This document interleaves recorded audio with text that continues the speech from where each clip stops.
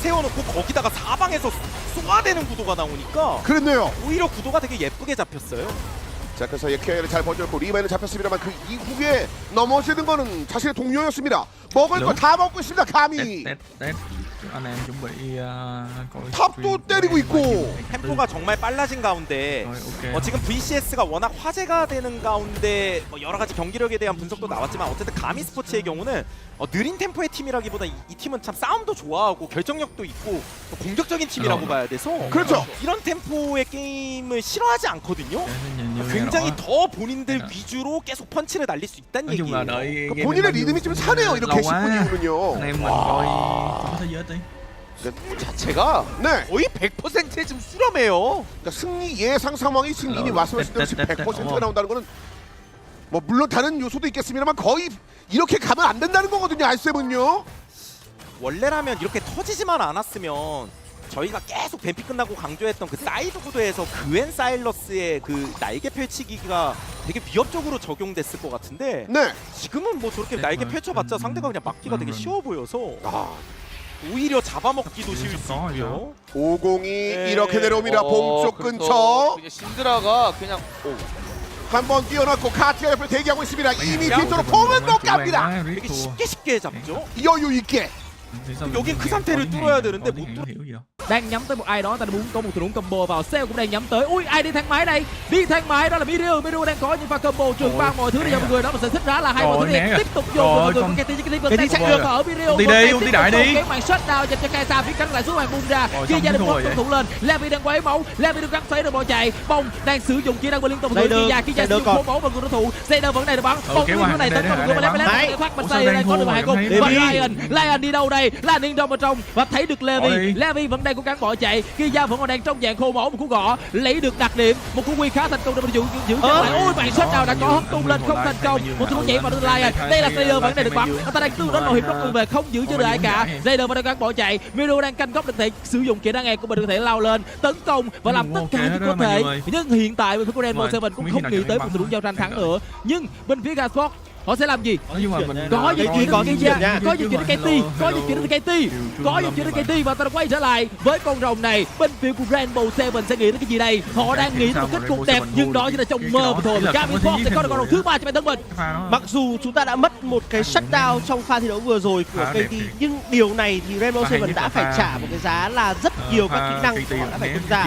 Đây là một tình huống tốt của Mirio và đây cũng là điều mà tôi đã nhắc đến, khi mà Sylas tiếp cận được thì sẽ có thêm Kaisa bay đến và lần này là đến tận cả Audi nữa thì KT đã không thể nào mà thoát được pha thi đấu vừa rồi. Không ai lên đồng hồ quá sớm có xin ra cả, nhưng chúng ta có thể nhìn thấy cái khả năng mà Slayer giữ vị trí. Anh đã biết khi mà KT nằm xuống rồi, nếu mà mình nằm xuống nữa thì sẽ là thảm họa dành cho Kami Sport và họ sẽ không thể ăn được con rồng này, nên Slayer đánh rất kỹ trong pha thi đấu này.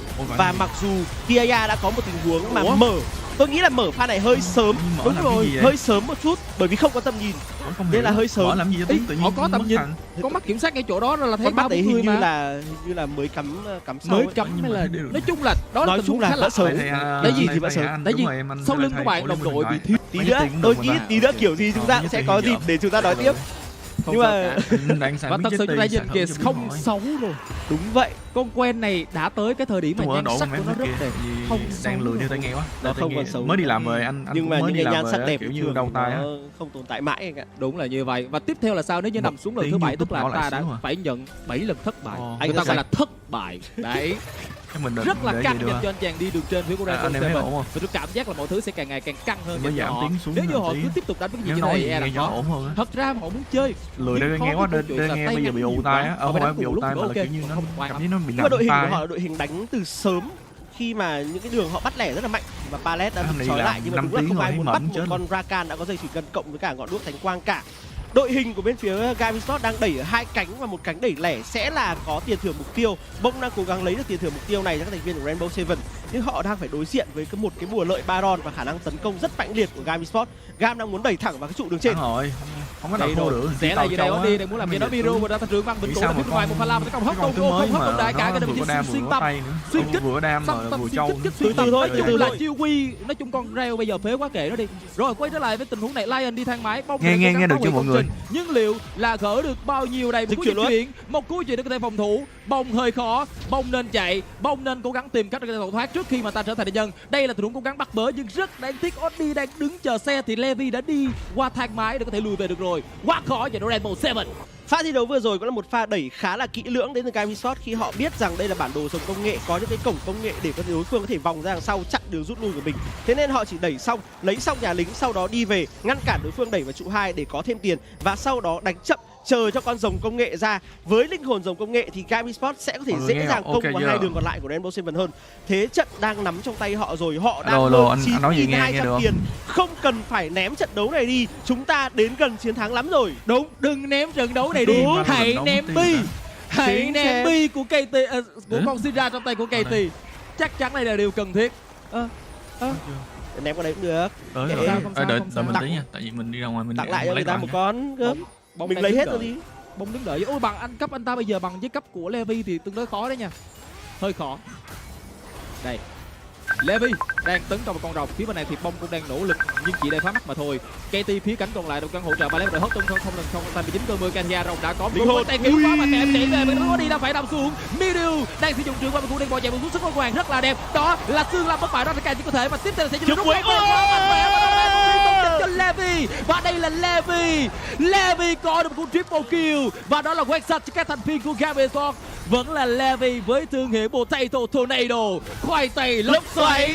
Quá tuyệt vời đến Game Resort. 53,3k so với 44,6k, 19-6. Game Resort đang nghĩ tới endgame. Lúc đấy ai bảo Gam sẽ yếu đi theo từng năm ấy nhỉ? Đâu nhỉ? Ai nói nhỉ? Đây, đó là Bông, đó không.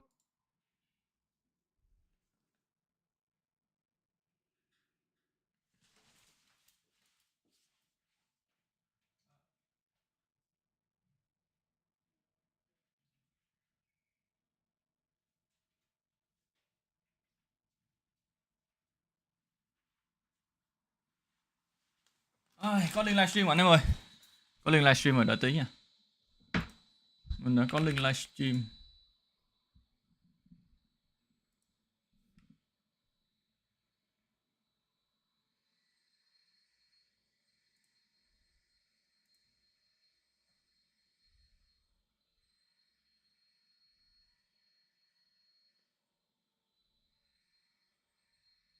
Ok, hiểu rồi.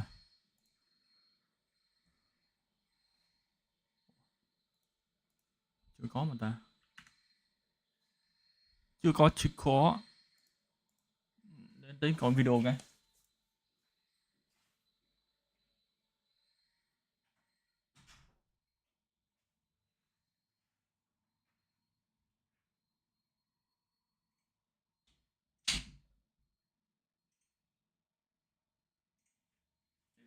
Làm cái trang của Mazuong mà, nhưng mà do mic nó nhỏ thôi.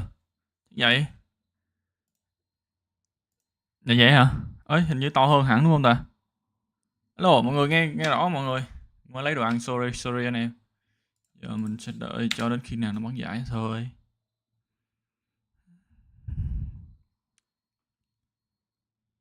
Tiếng YouTube hơi bé à?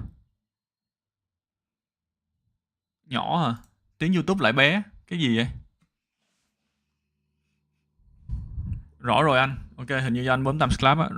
Rõ vãi à. Ok, thank you mọi người nha. Ok, chúng ta chuẩn bị đến trận đấu của em Mazuong thôi. Hôm nay mình sẽ không bình luận trận đấu cái gì hết. Mình chủ yếu là vô phân tích thôi. Đúng không? Nên anh em có gì thấy nhạc thì xin lỗi anh em nha anh em. Tại mình cũng nhạc lắm. Mình có một màn hình nên phải xài điện thoại vừa coi vừa kia. Hôm nay mình sẽ review trận đấu như là review chuyện của Mazuong.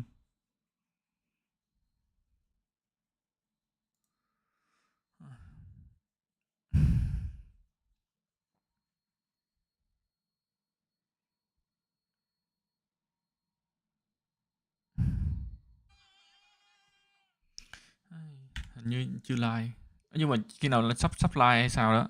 Giờ mình ngồi chờ tí. Mazuong bắn chưa mọi người? Chưa. Mọi người khi nào Mazuong bắn thì mình sẽ bật vô like coi chung với anh em luôn, mình luận trận đấu cho nó vui hiểu không?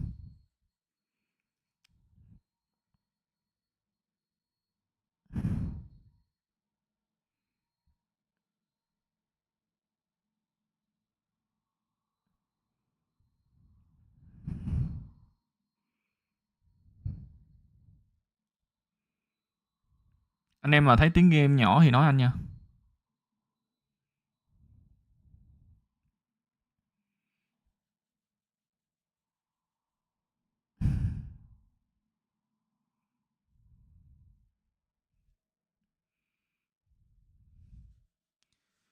Ơi ơi là trời. Hello hello hello. Hello everybody. It's me. Giờ hết cái coi rồi. Rainbow Seven thua rồi. Không, đó như là Hot đi nói hay sao ấy nhỉ? Sao bây giờ anh ta ở trên bảng điểm số thế này? Nhưng bây giờ chiến thắng cho Gamesport là điều không thể chối cãi.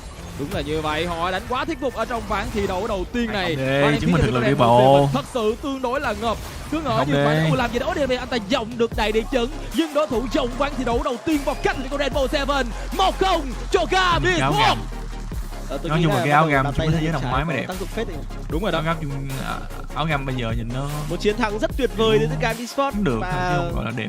Phải nói thật là giai đoạn ban pick đã khiến chúng ta yên tâm rất nhiều khi mà đối phương tỏ ra ưu tiên con Reo và để hở luôn cả Sayaraka. Chúng ta có một cái màn cấm chọn có thể nói là cực kỳ tuyệt vời, chọn Kasate cho mọi kia và sau đó có được cho mình trận tướng sở trường Sidra và con. Giờ vô ngồi bàn luận trận kế tiếp. Áo fancy đẹp hơn thôi, nói thế mình ngại lắm.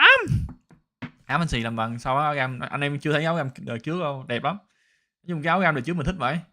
Vừa mang màu sắc dân tộc mà vừa kiểu như nó vàng vàng chói chói, nhìn cực kỳ đẹp. Nhưng mà mình thấy lên lúc mặt á nhìn nó có kỳ kỳ nào nhỉ. Nhưng mà nhìn bình thường thì nó đẹp thiệt, nhưng mà nhìn ảnh tiên queo hơn gam à. Đúng, queo bắn đánh ngang gam hả? Hơn không hẳn nhưng mà đánh ngang. Tiếng YouTube to quá anh ơi à. To à. Tiếng YouTube quá to à. To không vậy? To thật luôn à. Mazuong chưa bắn nên mình đang ngồi đợi khi nào trận đấu bắt đầu thì mình sẽ coi. Nè, chưa bắn nè. Nói chung là nếu mà Mazuong nếu Mazuong bắn mà đi nói chung là Mazuong khả năng gặp Fancy gặp Mazuong khá là cao. Nhưng mà Mazuong không biết anh là gọi là người ta gọi là gì ta? Gián điệp Hanma đúng không? Đọc Mazuong kêu anh vô bình luận nhưng mà không ngờ là anh sẽ đọc bài của Mazuong đúng không? Xem bài vở của Mazuong đến lúc mà gặp Mazuong hả? Năng Mazuong! Năng! Vô á, xem bài Mazuong, ok, em bắn như thế này đúng không? Lỗi gì chuyện như thế này hả? Ok, anh nói, Shikio, xích mấy thằng bồ Mazuong lại, xích hết. Xích! Bài này á mày làm á, tụi tao coi qua rồi. Này là điệp viên hai mang đúng không? Nắc luôn mà. Thật ra OC hồi đó được đầu tư mạnh á, như tụi Order thì mới gọi là cực kỳ kinh khủng. Nhưng mà sau vụ Order, Bonker bắn bình thường không có gọi là quá kinh khủng đâu. Bắn bình thường. Cái thời của bọn Order mới mạnh, Bonker thì bình thường. Cái thời của Order mới gọi đầu tư hiệu quả á. Ra má Fancy gặp Order là bị nắc, 2-0. Cũng không kéo được mặt mũi gì nhưng mà Fancy, anh em chưa biết á, hồi đó là Fancy là bạn thân của bọn Bonker luôn, lúc nào tập với Bonker không à, có gặp Bonker tập Bonker không à, tập với lại bọn Oruta với Bonker, cứ tập suốt hai bọn đó tại vì hai bọn đó khác bản mình. Hình như là tập hai bọn đó nhiều nhất khi mà đi bắn Assassin, tập đúng hai bọn đó thôi, không tập bọn khác, với là tập mấy bọn Trung Quốc nữa. Tại lúc đó cũng có Trung Quốc cũng có tập. Mazuong nói bao nhiêu không có bài à? Ai biết được, cũng mấy này xạo lắm. Em phải coi, phải phân tích kỹ không? Cái gì cũng phải tính trước không? Cái gì cũng không phải lẳng lơ được không? Đánh đối đầu với nhau, không có bài vở gì sao được? Chắc chắn có bài vở.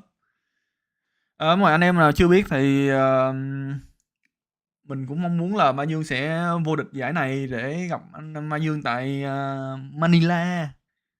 Manila nước gì tao quên bà. Philippines. Đấy mình quên.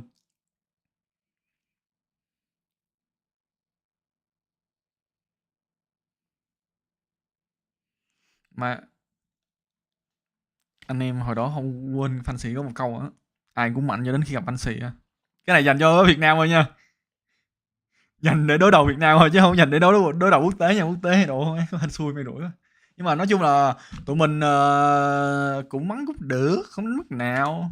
Nói chung là bên team Fancy được cái là bài vở nhiều. Nói chung mình bắn dị á, mình giống như kiểu gam cũ á, hồi xưa á, gam 2017 á, mà chơi bài dị ra quốc tế á, thì mới đánh lại người ta thôi, chứ mà anh em mà kiểu như bắn giống người ta thì xác định thua rồi, tại vì bắn sao lại người ta. Mazuong này anh HuyHo ra nắc luôn, được. Nó mà nắc anh nữa, mày qua Úc đi mày coi chừng anh á. Nhưng mà nó ở Sydney, anh ở Melbourne, nghe ở bên khác nhau phải không? Chúc Fancy thành công, hên xui thôi, hên xui may rủi thôi. Nói chung là bắn đến đâu thì hay đến đó thôi, chứ cũng chả khinh ai hết á. Bắn thì bắn hết mình thôi chứ giờ sao giờ. Nhưng mà bọn mình cũng tập nhiều lắm, bọn mình nói chung là bọn mình tập nhiều lắm, bọn mình lúc mà anh em nghỉ ngơi thì bọn mình cũng phải tập à. Tại vì mình muốn một cái team rồi nó phải chuyên nghiệp, hiểu không? Nghỉ thì cũng có nghỉ, nhưng mà nghỉ kiểu như 1-2 tuần là cùng mà. Còn lại phải tập giống như kiểu đi làm thôi, làm ngày 8 tiếng. Nói chung là khi nào trước giải thì lúc nào ngày nào cũng 8 tiếng, còn đến lúc gần giải á, thì bọn mình sẽ tập nhiều hơn. Kiểu như là thay vì một ngày tập 8 map đi thì trước giải thì tầm 3-4 map gì á.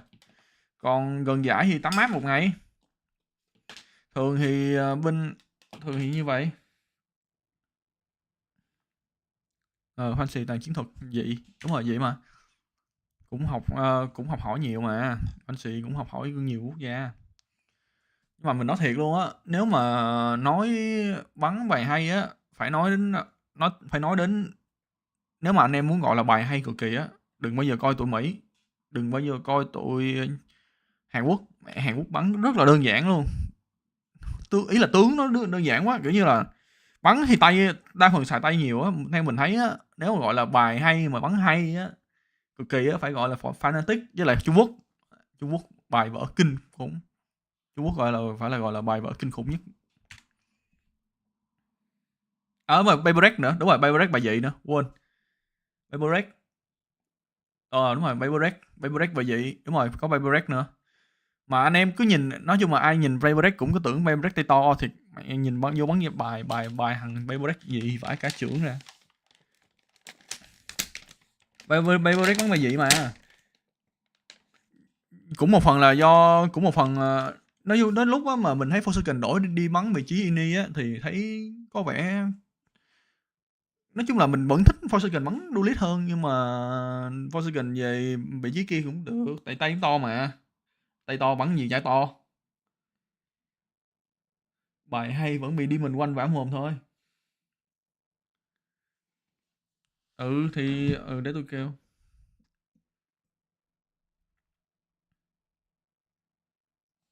Thì hay thôi chứ độ so với Mỹ sao được. Mỹ tụi nó nói chung thì nói thẳng luôn thì không có chê Việt Nam gì, nhưng mà ít người, nói chung là hiện tại player Việt Nam ít người cố gắng, ít người kiểu như là tâm huyết với game lắm, chơi game cho vui là chính à.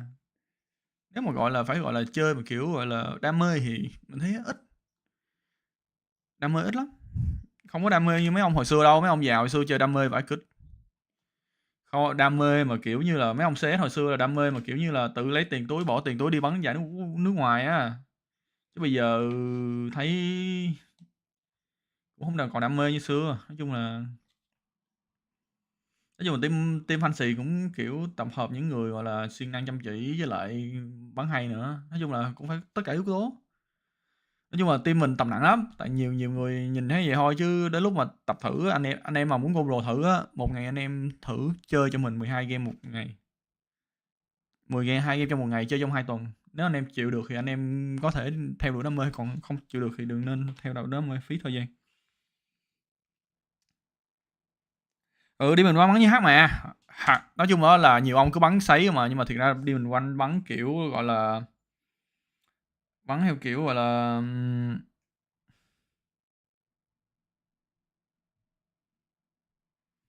nói chung là đi mình quanh là bắn kiểu nhấp nhả đó, bắn kiểu gì của bữa qua nói quên tiêu rồi, điểm xạ. Mấy ông cứ ngồi sấy mà. Nói chung mà bắn điểm xạ kìa, mấy ông cứ đừng chơi Valorant đừng bao giờ ngồi sấy chớ lắm. Tôi bắn cũng vậy à, điểm xạ không à. Bắn kia kiểu kia chớ. Ông thấy fancy đâu ai ngồi sấy nhiều đâu, trừ khi mà kiểu như sát người lắm mới ngồi sấy, còn lại thì điểm xạ là chính. Nhiều người cứ nhìn 12 trận một ngày nó ít vậy thôi, chứ đến lúc vô bắn thì biết nó nặng cỡ nào. Mà tuyển thủ pro á, mà kiểu trên rang Radiant á, như fancy á, thì một trận là phải 3-4 phút, 3 đến 5 phút một trận. Anh em nghĩ là một ngày á, anh em vậy mà anh em phải tốn 3-4 phút, 3 đến 5 phút để ngồi chờ game. Còn chưa kể bắn thua nữa, vừa cay nữa, nghe anh em chơi mà cay mà khó chịu mà phải chơi liên tục nữa. Nên đam mê mà mấy ông muốn theo đuổi khó lắm. Phải cực kỳ đam mê. Với vực cố gắng nè.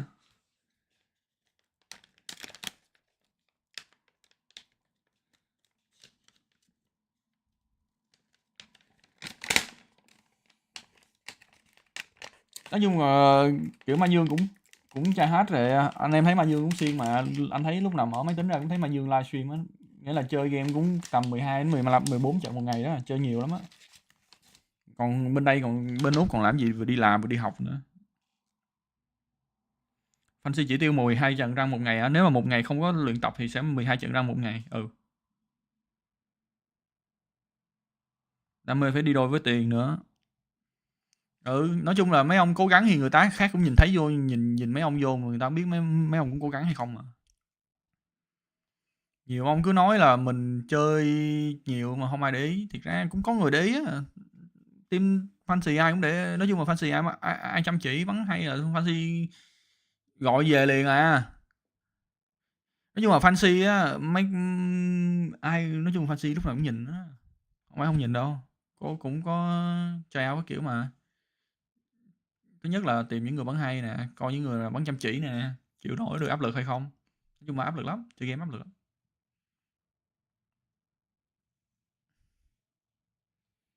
Đúng rồi. Sao lâu ta? Thôi con Rainbow Seven đánh tiếp đi. Mạo hiểm một chút. Cái việc họ giấu rừng là tại vì họ có cơ sở, họ có một công tướng sẵn để có thể mang vào rừng rồi. Bây giờ cái họ muốn chính là muốn lấy thêm hỗ trợ để gia tăng thêm khả năng phòng thủ, hay là họ muốn cho Rail này ở trong vai trò hỗ trợ rồi sau đó lấy thêm. Nó sinh ra nó còn có kiểu mà cầm mấy cục quả bóng nó quăng nữa. Trời ơi. Thôi bây giờ nó còn cầm được cục. Hồi đó người ta cầm được 3 cục mà tôi cầm được có cục mà. Tôi không hiểu sao người ta cầm nhiều được, tôi cầm được cục. Anh hỏi Mazuong về rồi mà Mazuong nói Mazuong phải qua ở bên Úc, khi nào Mazuong về Việt Nam thì Mazuong sẽ qua fancy. Chắc chắn là anh sẽ để một slot cho phải nhanh Mazuong rồi còn gì nữa. Mazuong bắn hay mà, bắn quá hay luôn, còn nói hay gì. Nhưng mà anh em nên nhớ là team nào cũng có gánh team, nhưng mà fancy có 5 thằng gánh team đúng không? Thằng nào cũng có thể gánh team đó. Cái xa thì cũng thế, nhưng mà cái tỷ lệ thắng của xấu của giải này nó đang hơi thấp, nên là bây giờ tôi không khuyến khích là lấy con Reyna tông lắm. Nhưng bây giờ Casate anh em thấy tiếng cấm cái nhen rồi. Tiếng YouTube to, nếu to quá mình giảm nhỏ lại xíu. Không hề khó. Mình nhớ mình giảm nó nhỏ lắm mà ta. Tại vì Rail kết hợp với là Reyna tông thật ra vẫn được. Nhưng tại vì mình lười đeo tai nghe quá thôi. Tai nghe chắc nó bình thường. Cũng sẽ mở mà thôi. Nhưng nó sẽ có thể là Alista hoặc là Nautilus, đây vẫn là đến cả cái tai nghe mình còn để zoom lượng thấp xuống nữa. Ui rắc luôn à. Lâu quá vậy. Ông chưa livestream nữa. Chúng ta thấy là ở phải lấy rắc ra đánh luôn. Với lại rắc đánh ra vậy. Xuất hiện từ rắc không có. Còn Rainbow Seven. Thế là lấy rắc. Họ đang muốn lấy một vị tướng dị hay chăng? Họ đang suy nghĩ đến một Fiddlestick. Fiddlestick này đi đâu được? Rắc đi rừng à? Khả năng không rắc đi rừng không, khả năng cao. Họ muốn đầu tư, nhưng mà tại sao bích top tước trước ta? Họ lấy một Ari thì bù qua sớt lại trong khoảng thời gian đầu. Để rừng counter à? Nhưng mà rừng nó là bích thứ 3 mà. Rất là mạnh để tấn công. Nhiều khi để lại rắc chứ hoặc là này bài dị, cái này hoặc là này bài dị của Gam. Hoặc là có thể rắc đi rừng, ai biết được. Đoán thế rồi. Và quan trọng là phải đỡ được lượng sát thương mà những cái chất tướng này mang ra. Như vậy là Rainbow Seven quyết định khóa vào Casante. Bên phía Gam chọn Jax và Vi hoàn toàn là một lựa chọn hợp lý thôi, bởi vì Vi có thể bắt chết được con Ari này dù nó có thể sử dụng phiêu. Với lại thêm một cái nữa là Vi đánh với lại Syndra không hề sợ. Mà vừa mới gửi ảnh cho anh là chuẩn bị vô 3 trận bắn rồi, nhưng mà anh chưa thấy livestream. Mà Dương ơi, chưa livestream. Chưa thấy like. cho nên là cái điều kiện cần của Gasbox trong những thủ đánh nhau ở trong giai đoạn đầu tiên đều đã có, và chưa kể đến chúng ta nên nhớ Vi thường là những sự lựa chọn sau khi Lee Sin xuất hiện. Ở ngày thi đấu hôm qua thì cũng có một vài tình huống xử lý mặc dù nó không ổn lắm, nhưng Vi vẫn là một trong những con tướng mà cực kỳ đáng có thể hoan nghênh đến từ bên phía của Gam. Để counter con điều kiện thắng của họ con mới theo thời gian được. Con sắt mình bỏ game Valorant Liên Minh lâu rồi mình cũng không nhớ nữa. Cho nên họ sẽ không cần phải sợ. Không biết con đó gọi là gì luôn. Vi này sẽ bị có giới hạn. Ở trong giai đoạn sau Vi sẽ bị giảm đi cái hiệu lực. Nhưng nói chung con tướng của Ballet mình không biết con gì luôn, con top bên nó cũng không biết con gì luôn. Mấy con tướng cũ thì biết hết. Thực ra chỉ có Vi thôi. Rakan biết nè, Rakan cũng mới đây thôi cũng nên biết. Đấy, cái quan trọng cho đó. Chứ còn Rainbow Seven là đội hình đánh rất mạnh. Hello Trương Hồ nha. Giữa trận với Ari này, với Kaisa, đâu nhỉ? Lee Sin chưa like nữa. và Kasante sẽ là cái bảo hiểm cho họ ở giai đoạn giữa và cuối ván đấu. Rainbow Seven có một đội hình mà nó có ý đồ nhiều hơn so với ván đấu đầu tiên, nhưng Gam cũng đã có được một sự tự tin nhất định, thế nên chúng ta mới nhìn thấy một con Jax của Kiaya. Còn Kasante, nhưng ta quyết định sẽ chọn con Jax này để dù đối phương có chọn Kasante đi chăng nữa. Tức là Kiaya đã định sẵn trong đầu của mình luôn đó. Thiệt luôn là khi nhắc về bọn Brazil, Rainbow Seven của Brazil đúng không ta? Mình không nhớ Brazil hay không? Và khi nhắc về Brazil là nhắc về mấy game FPS là chính hả? Bây giờ đường trên và chống chịu ngon nhất. Thường là nhắc về game FPS là chính. Có lấy Saiyan hay là bất cứ vị tướng nào bị chỉ cho O chắc rất là khó. Chỉ có mỗi Kasante mà thôi, cho nên ván thi đấu này nó có thể là ván thi đấu quyết định đến từ đội Gam Esports hay là cơ hội cho với Rainbow Seven. Trận đấu quyết định một chiếc vé vớt tiếp theo được đặt vào tay của bên phía Gam Esports hay là Rainbow Seven. Nó có thể được kết thúc ở trong ván thi đấu này. Gam chắc khả năng cao gặp, nếu mà Gam thắng thì Gam khả năng cao gặp ai ta? Cơ hội cuối cùng của họ. Nghĩ cái tên gì nè? Nghĩ đến việc là đi tiếp. Thằng BDS đúng rồi, thằng Adam á. Thì với một ván gác trước, họ đang có lợi thế để kết thúc. Xem sơ sơ thôi, đâu có làm gì đâu. Mình ngồi đợi mà, mình đâu có like mình bình luận gì đâu, mình ngồi đợi thôi.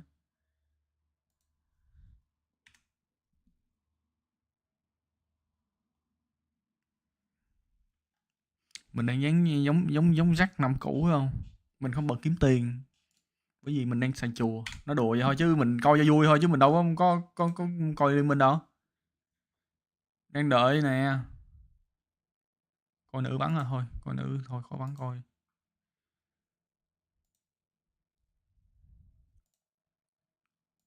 Sao lâu quá ta? Coi lâu phết.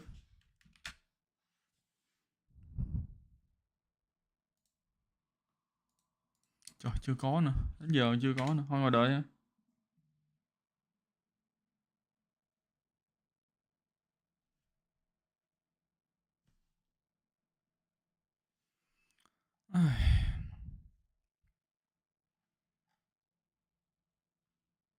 Ngồi ăn gà thôi. Trước khi chơi thì trước khi coi thì ngồi ăn trước. Đợi lâu quá, ngồi ăn trước, đợi đâu ấy. Hôm nay chúng ta sẽ ăn món của rất là Tây. Lịch 2:30 vậy. 2:30 là 3 tiếng. Ủa, bây giờ là 4 tiếng không? 6:30 phải có rồi chứ. Giờ chưa hết live.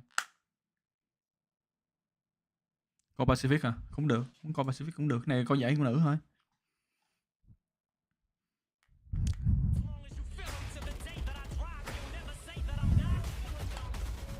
Cái adblock là cái mình không hiểu sao mà bên Twitch tụi nó làm hay ghê, tụi nó chặn được adblock mà. Adblock cũng đâu có chặn được cái quảng cáo của Twitch đâu.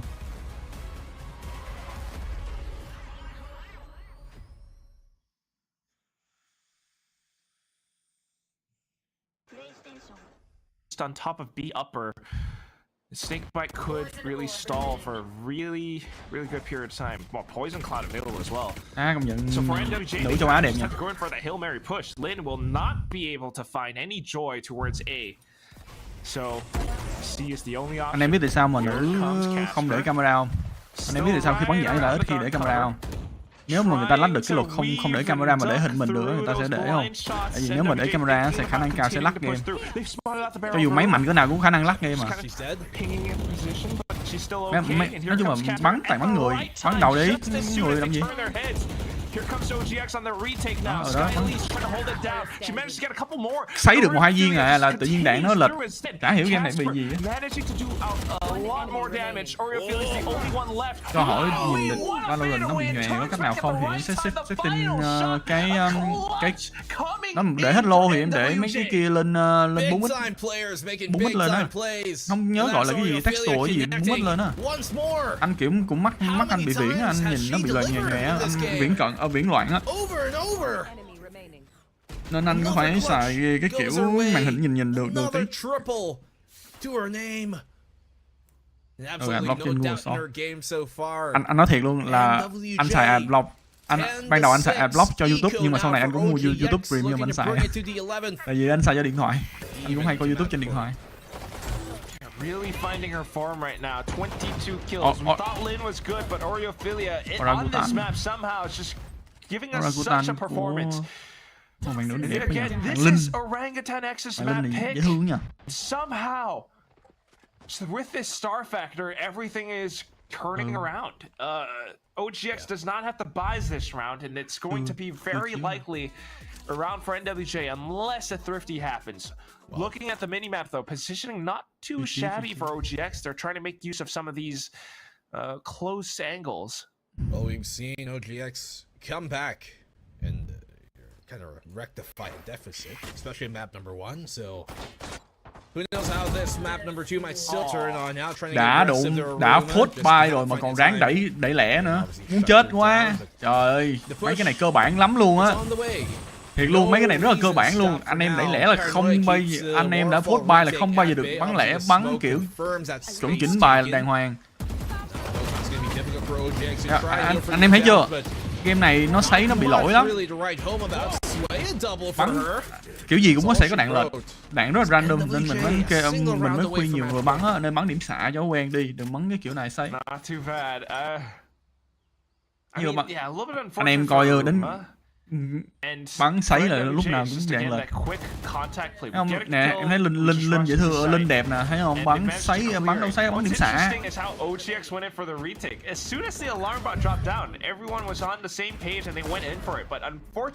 Bà kia bị sợ sao? Sợ sao mà tự nhiên giật mình. If NWJ lost that round, then yes, maybe OGX stands a chance. But with that win, OGX now needs to find khi nào a ở trận way Mai Dương to anh không biết nữa, nghe 6:30 anh đã live trước đó rồi mà in a chưa row biết nữa. just to tie us up. And that's why it's going to be that final time out Có coming cái from their là live rồi. What the fuck? They've done it Live rồi mà không biết cái line nào luôn. What the hell? OGX Đến kiểm tra. They shall not escape just kết thúc live hơi kỳ á. From the lower bracket. As NWJ looking to extend this into that third. The attacking side here of NWJ have been pretty intuitive in picking the right call to make in that mid round. You see OGX trying to squeeze the map away early on, but NWJ are kind of, they're readily happy to give up that space early to kind of find out where the majority of OGX defense is, and then that's when they adjust. Tao bảo link đó nhưng mà không hiểu sao chưa live. Very good adjustments. And sometimes, you know, nè anh em thấy không? Lúc nào đẩy nè cũng phải 1-2 người nè. Phải như đẩy như thế này chứ không phải đụng đi lẻ cái lăn đụng nó chết. Không có thông tin mà đẩy. Chỉ nhiên vậy. The turret, I assume, is watching that push that could potentially come from Orangutan X. Phán bot chạy về. Gây ảnh hưởng thôi. Hoặc là phán bot đẩy tiếp. Hô lại cũng được. Chết.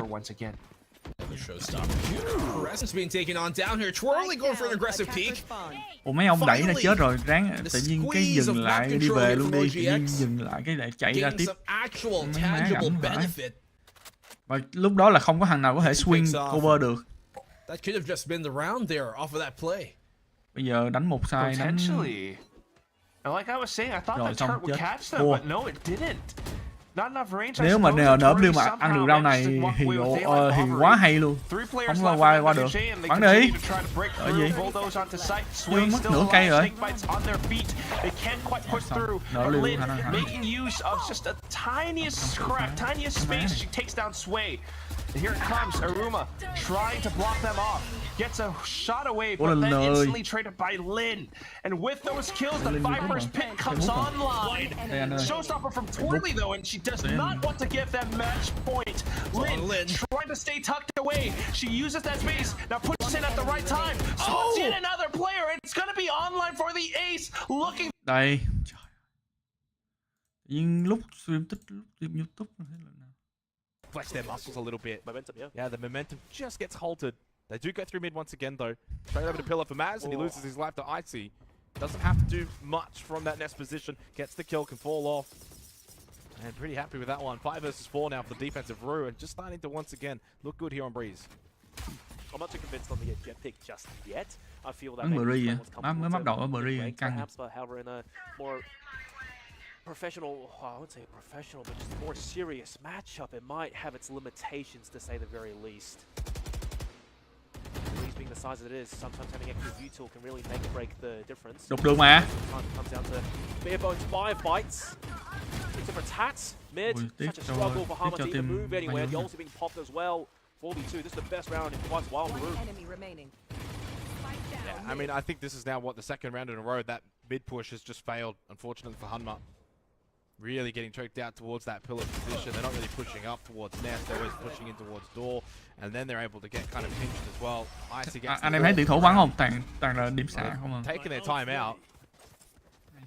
And then as soon as they've come back, things have just kind of slowed down, hasn't it, for the side of Hanma? They've really just lacked a little bit of that sort of oomph pushing through B main or pushing through cave. They've gone for a mid push twice in a row, and it's just fallen flat twice in a row. Granted, this is new Breeze. Haven't seen. Cái này không đẩy bắn vô kia ta. Điểm xạ là kiểu như là không có sấy bắn kiểu 1 viên 2 bắn 1 viên burst đó, người ta gọi là điểm xạ. Đó, bắn kiểu đó là bắn điểm xạ đó. Đó anh em đâu thấy đâu. Bắn 1-2 viên thôi. Bắn 2-3 viên á. Đấy. Nice change up in pace as well from defense. Good flash. They have confirmed info. Vô B thôi, clear rồi, kệ nó đi, kệ thằng kia chạy về, nhảy xuống dưới kia, kệ nhảy. Quên Đừng nhảy. Immediately given up, and obviously it will be information from Rue given because they're pushed all the way through cave. Although one's still lingering behind, that is what he can play off of rope, go back in through mid, but of course can no longer go through all to CT. That's not an option anymore. Phổ biến điểm xạ ít thôi. This has to be a save, man. There's no way. Yeah. Rue, they've tried to approach B site in the past, granted Nào cũng biết cái guns, but it doesn't make a difference. It's just so suffocating to play against the team who doesn't really want to swing you. Oh, he gets caught. Unbelievable. TKY probably wondering why that guy's even there. So just down to Wang as the last one, and he's just trying to find a position that he can tuck into and somehow stay alive. He actually catches Mike, but that now Cà nhắn tin đó, cái đó là cà and that means Hanma can go hunting. Yep. I think Wang probably needs to stay alive. Nghe mùa cái cách biết là biết nghe cà rồi. Punda should be able to get this, and he does. Easy headshot. Knew he was there. Việt Nam bắn vô xong rồi, mấy ông OC bắn xong bả rồi. Timed, which he did not. So 5-4, and it's somewhat turned into the kind of game where it's been quite back and forth. Yep. Hanma unable to really extend their lead and make things super convincing for them just yet. But a lot of these rounds, when things do go well, it just seems super suffocating for Rue to even do anything. But it all comes down so far to this first maybe 30 seconds of the round, who gets these crucial few picks. Thế cũng thắng được à? Hay nha. Bunda. And we've seen that multiple times. However, Rue, they get picked. I mean, they essentially just fall out of the round entirely. Biggest thing for me, I think Old Breeze. Okay. Old Breeze, you'd probably say Rue's almost done enough. You'd probably say 4, 5, 6 defensive rounds, pretty happy. So on New Breeze, I'm not so sure. I feel like defense is a little bit more afforded to doing better. So we're seeing some really good Valorant at the moment from both of these two teams. Dimensional Drift once again utilized by Icy to get some information. I don't know about this one. It's very aggressive, and that's the way he likes to play that Yoru. To be aggressive, sends out the image and cái rao vậy mà độ mới xài ulti phí nhỉ? Over towards Nest. Hơi phí. At least we're still able to get some information. Vince over towards the sandy beachy area, gets one, gets flashed, really good teamwork. They get the trade. They should know that B site's going to be quite vulnerable. He has pushed out aggressively. Mazuong double towards mid. Mazuong vẫn hay quá Mazuong. Just wonder for the moment if they think about heading back Đúng là em towards tôi. A. It is a 3 Hay đấy. versus 1. Stick close. 38 seconds. They know the 8 site should be clear. Có camera đâu ba? Đâu qua có camera đâu? Đụng nó đầu tư hết cho Phan thì tiền không có tiền mua camera không? The walls not coming up either. He gets spotted out. Bắn chết. Yeah, what do you do now with the judge? Pray. Hay. Maz, he almost did, got him low. Hay quá Mazuong ơi. Hay quá. So 6-4 lead now. Đúng là Mazuong riêu. But this is Mazuong riêu có khác. Anh thấy Mazuong riêu có khác không? To get 3 rounds in a row. They haven't been able to do it.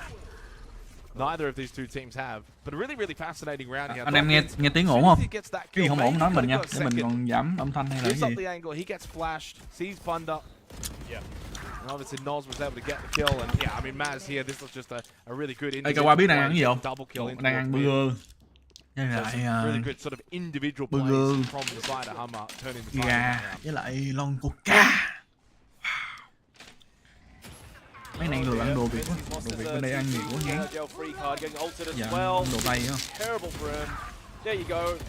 Down and out for the count. Mazuong runs in. Hôm qua Fanpage đội vô danh điểm tốt ông ơi, cũng nó không có tiếng. Different tap trades. B-side's been dominated. Điểm gạm. And now for Tôi vô tôi cân hết mình Fanpage. Đấm luôn nó. But B hasn't changed pretty much. TKY makes a little bit more doable. Đây. They're in the same situation. Từ từ xong xuống dưới rồi bắn thủ thôi, từ từ. Just slightly off there towards the lower of his body. Oh, nice from TKY. Oh, he's been good so far. Makes it a 2 versus 2. Time will be a factor. That spike has been ticking already for some time. Flash out again. Information off of that. Found Wang. I think he just wants to play off of what. Couldn't quite get a trade for it. Doesn't matter. Wasn't needed. Wang. Noz down to 1 versus 1. Just has to play time. Taps it. Wang has to stick it at least to half. Probably this one has to stick the whole thing. Oh, what a shot onto Noz! What a clutch from Wang! That is an incredible shot. Just as he gets it to half, the timing there from Noz just ever so slightly off. How's he got that? Like, Anh xem YouTube, anh xem Facebook em ơi. Walked into his palm. Noz's original angle, that was perfect. That was perfectly fine. Wayne just happened to be looking that way, preempting the jump up as well. It's funny how things work in this life. Em lên mạng thử search chữ Predator mà kiểu OC Noz đó not ra. in a position to get the initial trade onto what? Because in a 2 versus 1, you've got the numbers, you've got the ability to lose one, then trade. Once you've got the info. Noz wasn't able to do that. He didn't need to either because the spike was still running out of time. He knew he could play the time of it. Fortunately, though, just a really good shot from Wang. And sometimes you just got to tip your hat. 5-6. And I think you just tip your hat in general to Ru, who have been very competitive here on Mikey ơi, mới khen Mikey bắn hay mà Mikey bắn hụt với pha đơn giản mà Mikey ơi. Viper's bit has been committed. Em biết nữa. Shock darts thrown out as well, just to get some extra damage. But that Viper's bit is going to make life very, very difficult here for the side of Ru and Punda. Really nicely at the back of B, finds a triple kill, and that will be the round. No magic surely from Wang this time. Rồi, save đi, save cho rau lục ấy. Save cho rau lục đi, bắn gì? Đừng dính vài bờ chết đó. Save cho rau lục đi bạn. Má để rau sau rau lục bắn. Ê. À, tôi xây cho rau lục rồi. Thì xây cho rau lục đó. Mới nói xây cho rau lục đi. Đỡ đừng farm KD đó, farm KDA á. Nghe từ quen không? It's been a really standout performance from Bunda. I think it's been a really good team effort though so far from honestly both teams. Hanma and Ru putting on a bit of a show here. 5-7 to the half. Bunda, that was clean. And not the first time with Phantom so far in that half. He was able to do that a couple times. Some really good spray downs. They go into the defense. On a 16-9 or 12-6. For me is Maz. Maz yesterday was my MVP.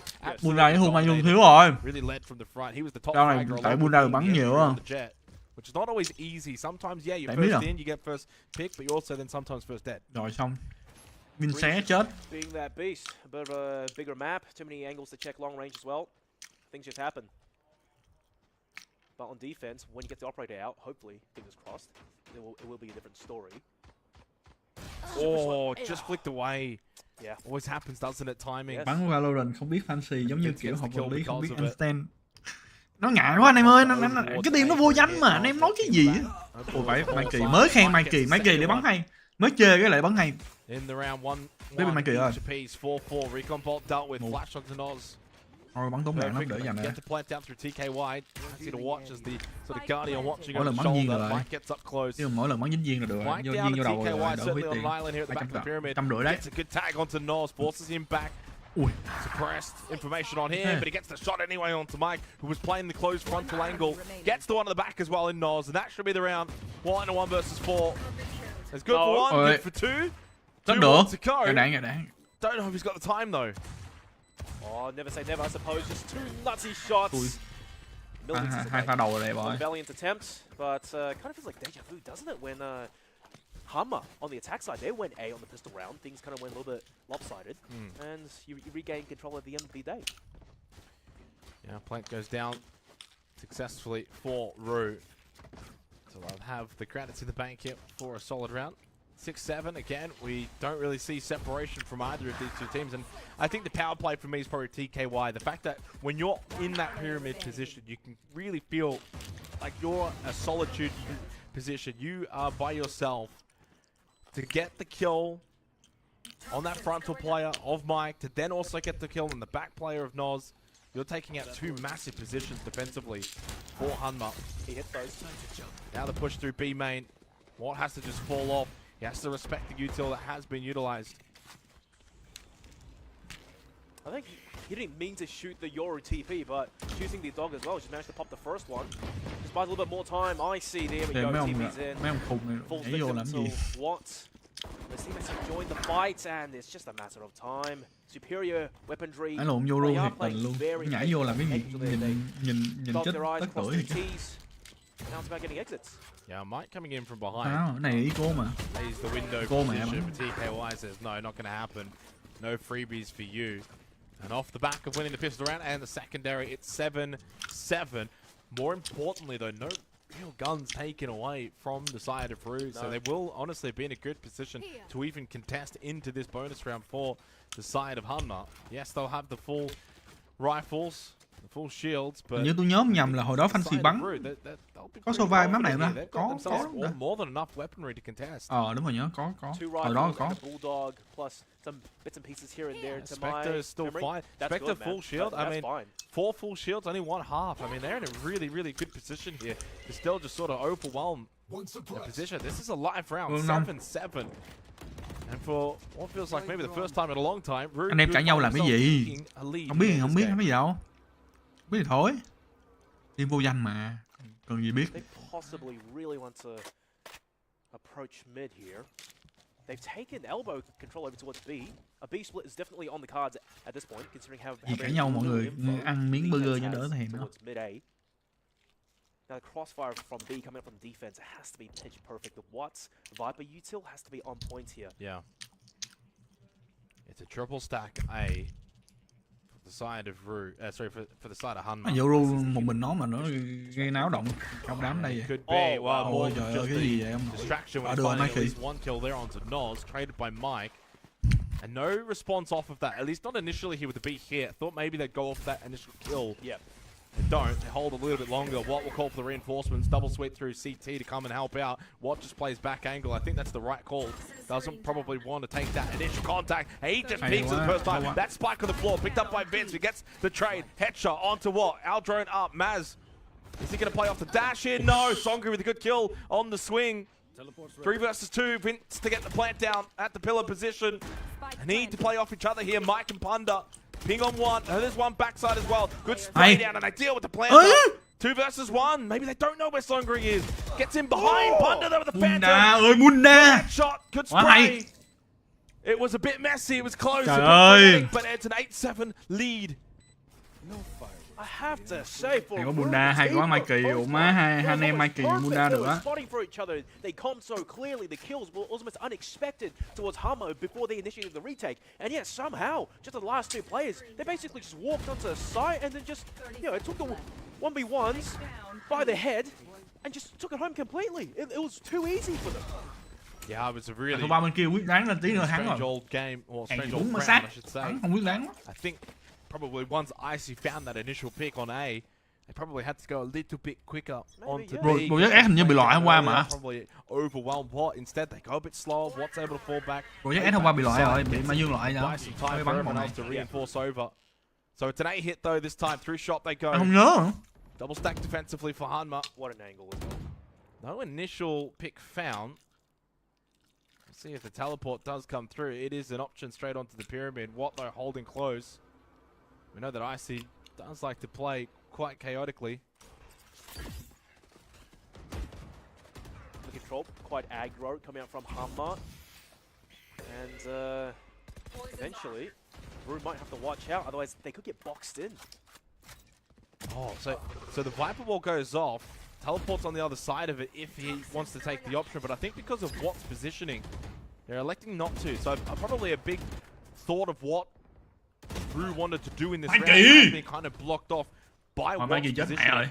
And the fact they haven't been able to get the pick onto him, Mike gets aggressive over towards the side, tries to poke them in the back, and also just kind of says to Rue, we've got a lot of map control now. Hanma's got a lot of map control. Yep, and in that sense, Rue as well, they don't want to take the chances of maybe pushing mid or going over towards B. They've got to go A. Check. There's Exactly. no time. Recommit with very little util now. At this point, it's really going to be a dry push off of a Viper Wall, and it's just so suffocating to push through A main, where you don't have much to back you up. Hay quá Mikey. 2v3 though, 10 seconds, you got to kill. Yeah. Mazuong hay quá em. I liked that wall. Mikey. Cái mày đó Mikey. The position. Hey, Mikey. The wall's good. You can see what the plan kind of is. Put Yeah, the Mikey, Viper wall up, send the Yoru in at the very end of that wall, and then he can kind of play off of that deep position. Đâu, tôi đã nói ban đầu tôi không bình luận mà. Tôi chỉ khen tuyển thủ rồi chứ không bình luận. You can kind of then swing in between the wall Rồi, and try to clear out some of that back side. Ok Emil. But they just could never do that because Watt's positioning, and they couldn't get the pick Đánh on bạn em. 17 and 10 for Watt, 9 and 7 in the game, and 2 rounds in a row now for Hanma. Just edging closer to taking this one here on Breeze. It is Rue's map pick. FCY là fancy hả? FCY là fancy rồi nhở? Tại vì trong hệ thống cho đặt 4 chữ thôi nên đặt FCY. Ba 4 chữ thôi nên đặt FCY thôi. Có lẽ là để fancy chứ đẹp. Giống như tụi cô bác. Hay quá Mikey ơi. Mikey! Mazuong! Target practice going their way. Mày đùa Mikey hả mày? Mày đùa Mikey tao mà. Mà cái tên là anh thích rồi. Hasn't quite been as effective in this match as it was yesterday for Icy on that match of Mikey. Blind. Yoru was actually very influential, but this is a different Mikey chứ gì nữa. The Reyna Hanma, they're not going to fall Hey. for the Yoru tactics. So up to 10-7 now. 3 rounds away from closing the first map out of this best of 5. Of course, this being the map pick of Rue. There is still Sunset later to play. That will be the third map. Nãy giờ anh thấy đúng á, Mikey bắn nãy giờ gặp địch nhiều quá Ends này. up being a bit of a trend where Hanma are just always a little bit in control. You can kind of see it on the scoreboard. At no point though. Nói nhưng mà sao cảm giác như Mikey nó cầm ốp bắn. So no Không được point dính. they got full grip of the game where it's on their terms. But it has been competitive. It has been. They've never really forced Hanma. Kêu Mikey ra đấm solo bọn nó cho nhanh. Mikey to. But for the most part, it's been hard for Mikey rounds. tay to. It has a lot of map control though. Sao? A difference. Mất cánh kèm màu à. Still going on from mid really. Mikey! Now they've Vô được đéo. Who's Viper on B side. I gotta say, Bò qua bắn chết. pretty Bò qua kìa. for inside of Hanma. Ult goes down. Don't secure the kill. That might be super punishing. Although Nons gets picked Mikey off. đâu? Anh chịu thôi Mikey. Have in the bag for us. Oh, I tell you Dương. what, Trời ơi, Sonku's done tiếc quá em really, ơi. really well here. Còn sao anh em còn He's Mikey. probably put his team now in a very favoured Mikey! position. Anh mẹ nó Mikey. Drawn out as well. Wang actually does get the kill. Không sao onto Mikey làm Watt. được, anh em tin tôi. So Mike now to 1 versus 3. No, Mikey! Mikey chết rồi. Down, and once again, at any point that it feels Đúng like Coca. Hanma have maybe got control Đúng of Coca. this and are looking to pull away, they just hold on for Yeah. dear life. Yeah. And credit Nhưng to mà them nước ngọt bên đây nước for nhẹ. Rue just Không ngọt như holding miền on. Nam. Bên đây cái gì cũng không có đường anh em. Sữa còn không có đường nữa mà. Uống chán lắm. Uống chán. Không ngon bằng nói chung là cái gì ở bên đây bên đây vừa ăn thiếu muối vừa thiếu đường, nó cảm giác vậy á. Mình ăn Việt Nam quen á, qua bên đây ăn cái gì cũng thiếu muối thiếu đường á. Cảm giác nó nhạt lắm. Cuộc sống nó cũng nhạt nữa. Bên đây cái gì cũng nhạt, đến cả món ăn nó còn nhạt nữa mà. Again, at no point have Ru been able to win 3 rounds in a row. It feels like this is the time to do it. They need the next 2 just to bring it back to 10-10. It'll be big. It would be absolutely massive. Vince over towards Alba, just postures. No real mid presence though established. Thì con Viper con báo đạo mái luôn, chưa thấy nào báo ồ má nó cứ dựng cái đó thôi để thằng này giống qua. Tách mày qua bờ bắn mở. Tính ra thằng kia nảy gan với thằng số 3 bên kia gan.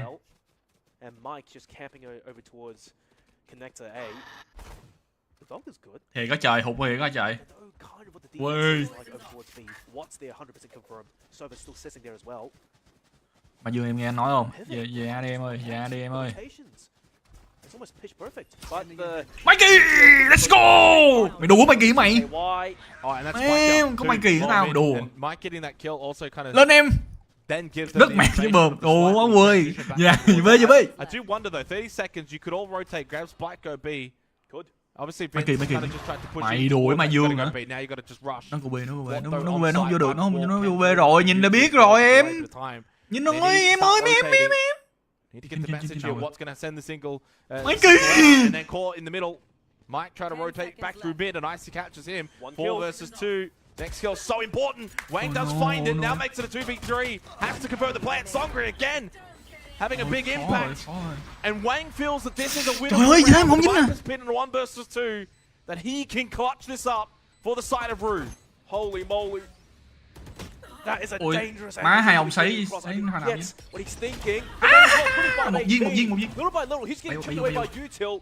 He fired off shots. They know he's roughly around the corner. He moves through Mazuong! Stab to end it. Let's go. You could smell it. They had something going there. A very good opportunity does go begging there for Ru. Mấy ông team Mazuong có mũi thính thì bắn cái gì nó. I nó. feel like a lot of the rounds have actually been rather comfortable for either team. Gam à? Gam win vui á. Đối thủ kế tiếp của Gam hình như mình đánh không nhầm á. Đâu phải hơn. Gam không cầm kia, Gam không bọn kia. Gam chung kết, nếu mà Gam vô được chung kết gặp Well là chung kết VCS chứ lộn nhầm. VCS. Nói chung bọn biết gì với bọn kia tranh suất BDS tranh suất. Mazuong. Finally, that's the first time I think someone's actually shot the Yoru clone. And the re-swing coming from a different angle. Icy is trying to commit over towards hai ông bắn chớ. Holding on for D alive, but Mikey! Let's go! Đùa với Mikey tao mày. Dương. Hay Mazuong. In a very difficult predicament, where he's actually been very good. Unable to get more than just the one there, and at 12, finally for the Fields, probably like the first time in this map that Hanma have been able to just really. Thằng Bunda đấy bắn hay nhiều mà không ai có vũ Bunda. Is very convincing. Ngoài có vũ quá luôn. Nãy giờ toàn coi pha của Mikey luôn. Mikey toàn pha hay không à? Ồ mấy hai ông nót ông kia bắn chớ thì chứ. Mình thấy Mikey bắn rồi. Mình nhìn người không bị sai đúng không? Ui này không đẩy được. Đẩy thằng kia one flash cho Mazuong đẩy. Không có thì đi bơi rồi. Đi bơi. Không yêu anh em yêu anh, cảm ơn em anh không yêu ai á. Anh cũng muốn yêu tất cả mọi người chung với nhau lắm nhưng mà ai sợ mọi người ghen tị không nên anh không yêu ai hết á. Anh này yêu ai cũng bình đẳng không? He's been spraying through, getting some chip damage. Mike gets the opening kill onto Vince, chambered down. Songri still just forced back, they cannot make their way through. It's triple stack now defensively for Hanma. Ice with a big kill onto Mike. That's at least something. Mike says 149. Đủ má, tao thấy nể mày lắm luôn rồi đó, đúng ngồi. Trời ơi Bunda, thằng lón nó ngồi dưới đường bắn hụt. Mình để khác bắn chết. Mazuong. Mazuong thể hiện cho anh xem đi. Thể hiện cho em xem coi. Cho anh biết được là tiềm năng em như thế nào. Orb goes up one more time here from Watt as Maz continues to creep. Wang looked away. Đang đọc map, xem map nhìn Mazuong biết đang đọc map. To get the kill now 3 versus 3. Hay. Watches the ball swing back Được, over không towards bắn đâu, elbow. không bắn đâu. Watt Gây áp lực swings thôi. across to the left side position of that B side. Hay. They can't go anywhere. That spike down. That might be the map. Oh no. Not if Icy can do anything about it, but speak of the devil, Sit Watt's, down, sit down. finish it with the 2K. It's suffocating. What can you possibly do in a situation Gam win like that? Mazuong, Gam win I here, first was thinking maybe he didn't want to commit to the flank because things were starting to go a little bit wrong for the side of Hanma. They were over swinging a little bit on the defense, getting picked on. I was thinking, hang on, maybe that could be their loss. But he got the spike. It's just been that all second half long for the side of Hanma on defense. They get the spike, and then that's what all they do. They hold with it. 13-8, a pretty big, respectable scoreline. I Oh, think in the end, it's not too bad. I think anh thấy là some of us sit down thôi chứ. thought it might be a little bit more. Anh không dám one-sided. ha. It didn't play out that way. It was very back and forth. It was very fun. Bruce certainly gave everything in that particular map. Of course, this is a best of 5, but that was their map pick, one of a couple, but a pretty big one to lose. We felt Breeze, Sunset. Anh em thấy nghề Should we tuyển go to thủ Lotus khổ after không? the break? Tôi thấy nghề bình luận viên là khổ nhất. Ví dụ một team mà nó dominate một team còn lại mà kiểu như mình bình luận cho một cái team đó, kiểu như nó mấy ông fan của team còn lại bực. Mấy ông nói sao bình luận một hướng quá vậy cái kiểu. Nghề bình luận viên cũng là nghề khổ nữa.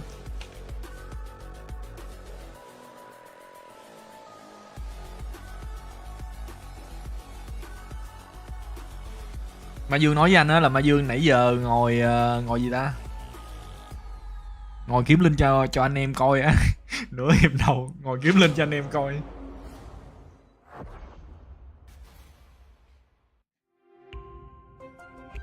Game sau cút, đúng rồi, cút nha, chứ không phải là cút nha. Mazuong nói đúng nha, cút. Không, anh chưa, nhưng mà anh cảm thấy vậy, anh cảm giác thôi. Anh đâu có giỏi ăn nói đâu em, nói chuyện bậy lắm nên không giỏi nói được. Anh không giỏi gì đó, anh bình thường, anh là người bình thường.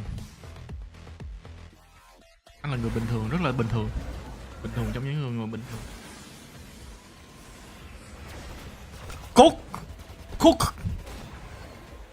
Cook like Golden Ramsay á, chứ không phải là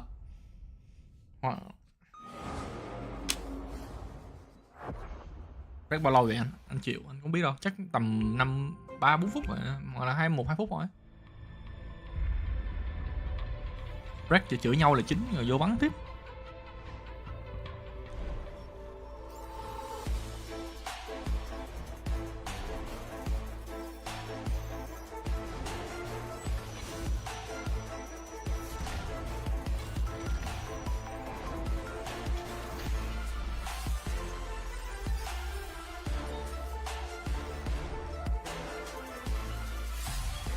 Dư sức Mazuong cút hết, cút tụi nó luôn. Nhưng mà Mikey trận nãy cút hay quá, anh thích Mikey vậy cái chữ. Nãy Mikey cút hay quá, đầu bếp Mikey. Vô Philippines rồi, thằng này nó còn đi trước anh nữa, bắn sau mà đi trước mà anh kích. Mazuong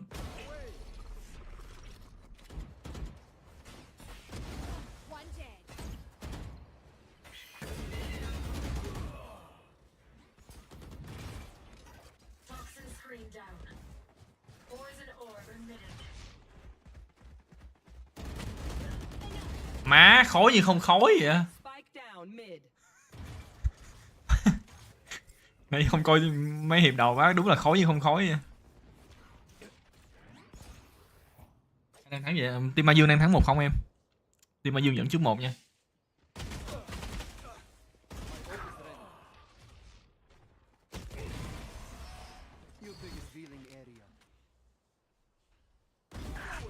Bây giờ anh em sẽ được coi lại những farm cúp đến từ Mazuong và Mikey. Hình như là anh nhớ không nhầm là thằng kia nãy giờ nó chỉ bắn được có mỗi nửa hiệp thôi à. Thằng Bunda nãy giờ bắn nửa hiệp rồi xong chết chay nhiều. Còn lại là để cho thằng Mikey với Mazuong bắn.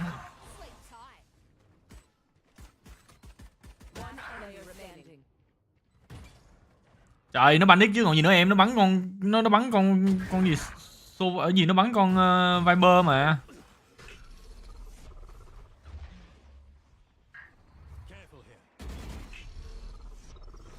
Anh hiểu rồi, giờ anh mới hiểu là sao mà nhìn tactic tụi em là biết là mới bắn rồi, tại vì nhìn nãy giờ team bắn thủ không chừng nào dám công luôn, nghĩa là không có bài á. Mà cái pha này là ông Mazuong vừa đúng lúc là ổng đang nhìn map, anh dám chắc chắn luôn. Này thì bích này. Thắng game này là vô địch, là đi gì Mã Lai đúng không? Ủa lộn Philippines. Thắng game này là đi Philippines đúng không ta? Đúng mà Dương confirm lại cho anh nha. Đi vô bắn rồi hay sao á? Stream bị delay 1 phút hay sao mà.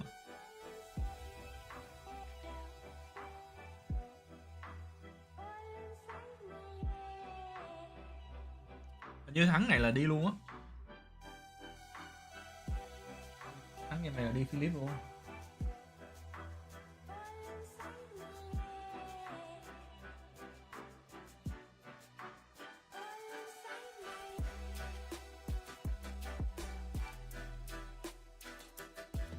Mày cứ cút tụi này đi, đến lúc vô Philippines anh cút mày. Nghe mà Dương.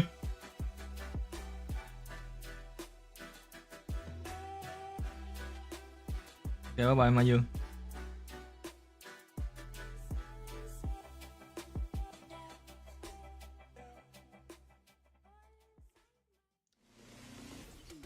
Mà đúng rồi, cũng phải nể thì mấy bọn da trắng đúng chơi game hay trời. Thiệt luôn, mấy bọn da trắng chơi game hay vãi. Châu Á mình chơi game không phải là dở mà là kiểu như là mình hơn tụi nó là chăm chỉ rồi. Cảm giác như tụi da trắng là bẩm sinh chơi game hay luôn. Cảm giác vậy, anh cũng cảm giác như vậy. Ủa thắng game này là vào Grand hả? Chứ không phải là... Ủa thắng game này mới vào Grand thôi hả? Rồi nè. Alien bắn cực nha. Ủa, hình như là anh đoán không nhầm, hình như nhớ không nhầm là Mai Dương hình như là nhánh thua đúng không ta? 1-0 lead for Hanma Bán kết mà as bắn. they begin this best of 5 final off on a good note. 13-8 on Breeze Digital and in the end too good, but I gotta say, Rue definitely Bán kết mà bắn gì lâu quá vậy trời? Đúng bắn kết gì I think it got to 7-7. And then obviously from that point OC on, làm we kind of just put the foot gì down. OCI mà đến 2 suất luôn. Exactly. I think that they were kind of punching above their weight and like, you know, well, everyone's opinion. Không win hết hả? Bữa nghe mà Dương nói sơ sơ thì thua một trận mà. Gì? OCI không nhà đầu tư. 2 suất. Obviously we saw Breeze and its new changes. Đúng là độ một châu lục của khác. I think it makes What? a little bit more Bunda, balance. Mikey, Less avenues Mạnh to Dương. kind of worry about because it's already such a big and open map. You can get shot from anywhere just by rotating. So yeah. Nhớ có mỗi bunker đó có mỗi quát à. Yeah, I enjoyed it. The only part that I found What the fuck? strange was Bree rotate sunset. Gì à? Mấy ông đang bắn biểu diễn, mấy ông bắn chung kết vậy? But other than that, I thought yeah, Em it was bắn pretty biểu diễn decent. này. Obviously, it gave the defenders a little bit more angles to hold in the sense that they didn't have to worry too much about so much else going on and all these positions and blah blah blah. It just felt a little bit confined, and that's something I enjoyed. We head over to Lotus though, of course, this being a best of 5, second map in the series. Sunset will get played. It is guaranteed because it's the third map in this series, so we will see it regardless of what happens here. But Lotus, of course, picked by Hanma. And I think that this is a good map for them. We actually saw them play it against Project. They won at 13. Không thấy chết của Mai Dương nữa vậy. Started off 5-1 on Mikey. defense and eventually Mikey bắn duelist chính rồi. Ông Mikey là bắn. Vậy là anh đoán Mikey là được. Nếu mà trận nào có jett thì trận đó sẽ được bắn Mai Dương bắn, còn trận nào không có jett thì bắt buộc là Mai Dương bắn Raro khác. Còn Mikey là bắn duelist chính á. Ý là duelist chính là kiểu như là chơi mấy con như Chamber với lại con raze á. Gì Mikey main raze à? Dude's only been on Yoru and on a map like Lotus. Sure, rotations. Onto the Gecko. It's not bad. So yeah, from the Euro to Năm này Gecko, Mazuong always to nữa, mới tập lại à. Hồi đó anh nhớ là Mazuong bắn con raze với là bắn con jett không mà. And I'm not too sure if Lotus is probably the map for it either. So I actually kind of like to change over to the Gecko. We get to see that for Thi first với time IC. on this particular stream so far over the last 2 days. I think though from the side of Hanma, Sao có trong đội hình bên kia toàn mấy hàng châu giống như cái tên giống kiểu châu Á đặt. Còn mỗi Vin xe này có mỗi hàng rất là châu Âu luôn. And it actually wasn't until a thrifty straight up eco round ended up breaking that 5-1 chokehold that they had on the game against Project X. So they arguably should have gone up 6-1, 7-1 before, of course, then Như là Mazuong bắn jumper. Nếu mà Dương bắn jumper, anh đoán là thằng Mai Kỳ bắn raze rồi. Nói chung là cái map mà con raze bắt buộc phải có là map cái map bắt buộc phải có là Pearl nè, còn map thứ hai là map Heaven. Lộn, map Bin nhá. Bin với Pearl là bắt buộc phải có. Bin với lại Pearl. Over đâu cần raze làm gì? Bin với lại gì đó? Nhưng mình cần Bin với lại phát trồ. Bin với phát trồ, đúng rồi, Bin với phát trồ. Split. Split được cũng được không cơ. Mà split nữa, đúng rồi, split nữa. Bin phát trồ split. Mà má phải có ra gì? Bắt buộc. Để chắc để clear side thôi. Còn ra về nó ke nó báo à. Không phải là cái nguyên mạnh mà là cái e nó bá. Cái e nó chủ yếu là check side á. Nó lộn không có bơ, không bơ không có bơ không cần. Bơ cần gì? Bơ đâu bơ bắn ra về đâu. Cái bắn bơ ra về. Mấy cái map mà fancy thích nhất là map bơm là đủ nó rút ra khỏi map buồn mới buồn á. Càng thích bắn map nào map đó càng bị rút ra. Phát trồ cũng bị rút ra đúng không ta? Như phát trồ cũng bị rút ra nữa, tức nha. Cay gì chứ. Hey, look, maybe aggression is the key to bring things home, but very reserved. Start slow. Split dùng hai cái sách trồ nó bay vô sai á. Spike lingering over towards lobby. Icy though gets aggressive over towards C out of Mound and just kind of tries to maybe force a bit of a rotate, bit of a fake fast push over towards C, and instead they actually go towards A, but it's still 2 players stacked over in this position defensively. Mấy cha này được nha. Slips in towards Tree. No one used the door straight away. Now they have. Now they can try and take the fight with him. Nos won it though, and in fact got a double. Now a triple. A slip in towards Tree has been successful from Nos.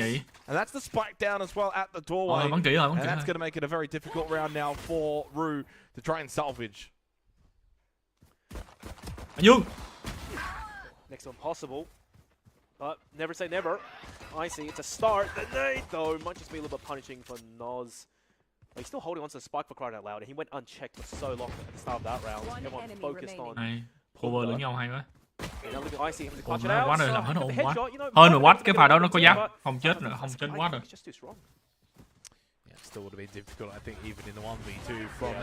Ai bóc lại cái map mà fancy bắn không duelist á. Không cần chết, lấy Úc.Mình làm duelist nữa. Cái map đó fancy thích vậy. Mấy cái map mà anh thích của hơn mấy map mà anh thích của fancy là mấy map như mấy map gì á. Mấy map mà bể tướng gì á. Và nói chung là fancy bắn tướng này. Trying to overwhelm the solo player on B. Yeah, looks the angle towards the angle, and the B side is probably the fastest side to just rush on and get the spike and ASAP and worry about post-plant after. And Ponder has a big job to do here. Got the sheriff as well.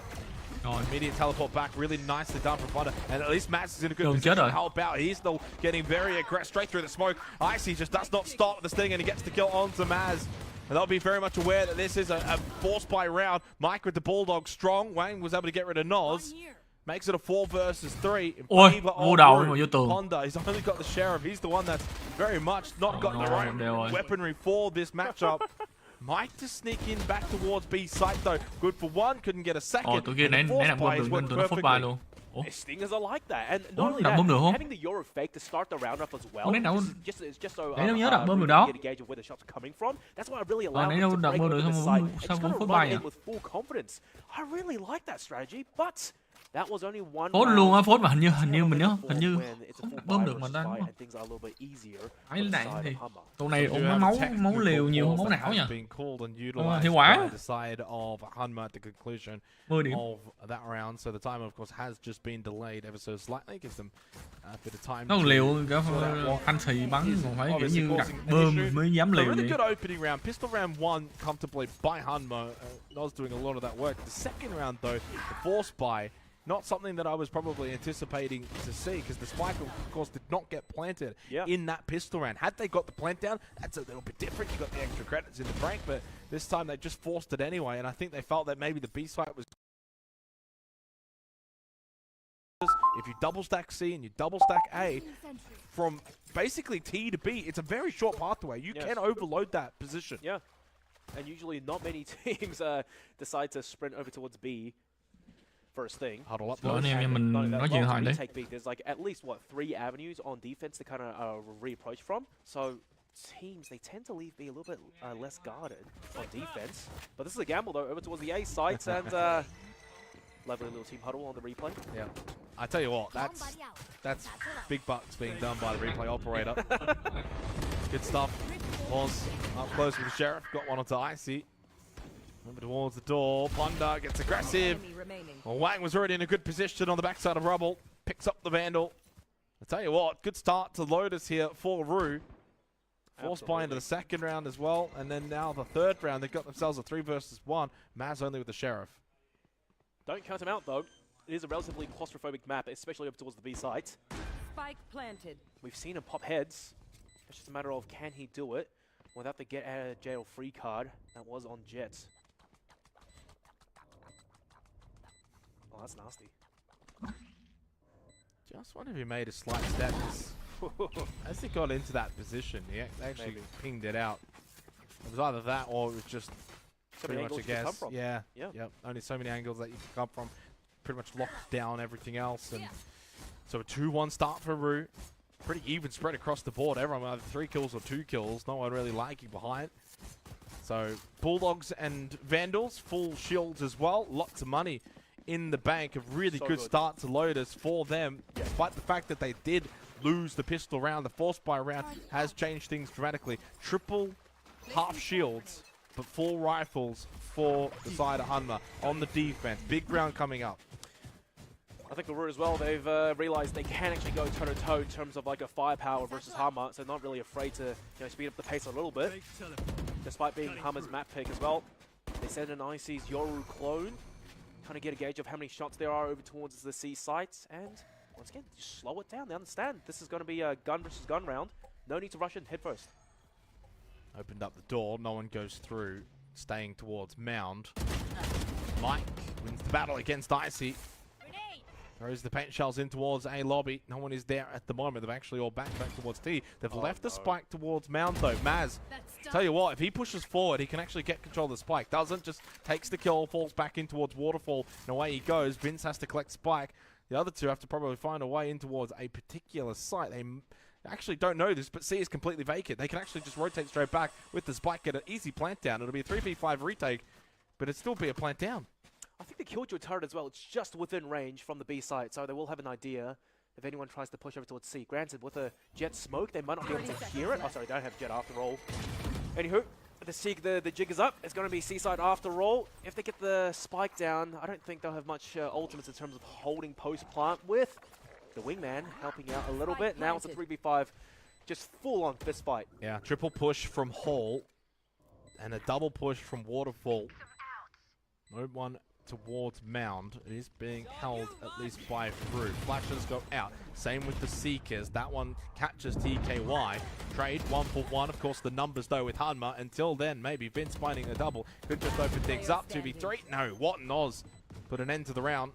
An end to these shenanigans. More importantly, 3 players stay alive. Good guns as well, and helps the economy.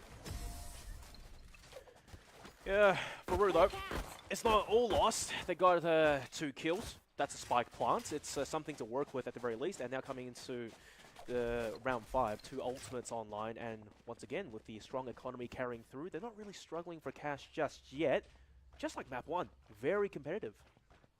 Yeah, and they obviously had a decent amount of money from those opening rounds as well. Already banked up in terms of Sorry anh em, mình trở lại nha anh em. Full bind around. Nãy đi nói chuyện điện thoại với cô á. Cô mình me kêu qua lấy đồ ăn. Hôm qua anh giờ chưa lấy nữa. Chửi. Through mid to B, got some information, but no, not to B. Slip over towards Rubble by the Omen. Mike doesn't even know this, neither does Wang, who ended up finding 2 kills, but it wasn't onto Mike, it was onto the other 2. So a really solid round, although Maz gets one onto Icy, brings it back to a 2 versus 4. Not impossible from here. Next kill, though, so vital for Hanma. And Maz has to win it, and he does. They have ultis. Takes a beating. Yes, they've got ultis. 2 versus 3, Spike going down. Ulti có nên xài không? Position, map control, all of that though for the Chắc không side xài, of chắc Rue. không xài. Đừng xài. Phí. Killjoy lockdown Yếu rồi. as a emergency should they need it. Mazuong's already so low as well. Đặt sát ngoài cũng được. Still going to attempt this. Chưa, không ulti. But Songri on the flank. Thằng kia flank mà nó rồi. I think this round. Yeah. Is a matter Yeah, of just time. spotted what will get swung by Vince. That call would have come out. They can just push from tree. Pretty good. Yeah, so 3-2, they take the lead once again. And again, they also keep a lot of players alive. And you look at that economy in terms of credits. Songri, TKY, Icy all doing well for money. Yeah. Same with Vince as well. And on the other side, Hanma struggling. Yeah, they are, but don't count them out just yet, I suppose. On that previous round there, it's been quite a few rounds over towards the A side on defense. Hanma, they've really opted to take it aggressively, just throw the paint shells in and kind of get some damage in on that little Nãy không check kỹ sai cái pha thằng kia một à. For the attackers before they can really work their way out. But they just forgot to clear Wang for some whatever reason, and he practically just helps his team get a 3K to start the round. Now this time, heavy lean over towards B off the Killjoy turret, but the rotations are here. It should give them a couple of precious seconds though, should they want to commit. Lockdown done. And actually go towards C. Love the little push towards doorway and in towards C. Mike's watching them close. Life back goes out. Did actually get the dink, but doesn't get the kill. Icy's the one that wins that. And they're just not really winning these duels at the moment. Hanma are just losing a lot of them. Big damage onto TKY. He'll play back towards Ben, but yeah, I mean, this is again a very difficult scenario. Yeah, he doesn't check the left side coming out of Waterfall. Nicely done from Vince. Went from 1-2 to 3 at the end there. Makes it a 4-2 lead now for the side of Rue. They're looking quite comfortable here on Lotus. Oh, it's good. 2-round lead. Không sao, giờ mới làm lại nè. Giờ làm lại được. Giờ mới có tiền. That's confidence building, realizing they still haven't done that so far in this series. But hey, maybe it's in the balls in the court. Người nào mới vô thì thông cảm mọi người đi. Nãy có 300 view thôi, bây giờ 478 mà. Thông cảm mọi người, thông cảm. Against Hanma, or can once again Hanma find a way to stop them at 2? It's a full buy, full shields, everything for Rue. Mới có 24 mấy ông cứ sợ cái gì. Of Hanma with their rifles. I think only 2 have got full shields. So from A lobby back again towards T spawn. And just seeing whether or not Hanma want to get aggressive on their buy round. Mở tiếng bình luận viên nhỏ xíu là được không anh? Hơi to à? Để sang miệng tí. Oh, the timing! Oh, jeez. Even I got confused. What almost did too? What started shooting at that? We both got confused. And that's what the Yoru can do. As much as it's a bit of a meme, it certainly can cause some confusion, adds certain elements to the game. And he actually continues to stick around that mound position while the rest are still postured over towards lobby, making their way. Honda from Link gets himself one. He's been a little bit more quiet so far in this game. Played the swing, got the kill on. Nó bắt thằng kia mà thằng kia chạy vô nòng đạn. Vãi thiệt xui. Advantage, spike down at the moment, close by to A. But they can pick it up. They can pretty much still go wherever they want here. B to A certainly still available. Maz takes the lead position though. Mazuong ulti mẹ đi em Mazuong ơi.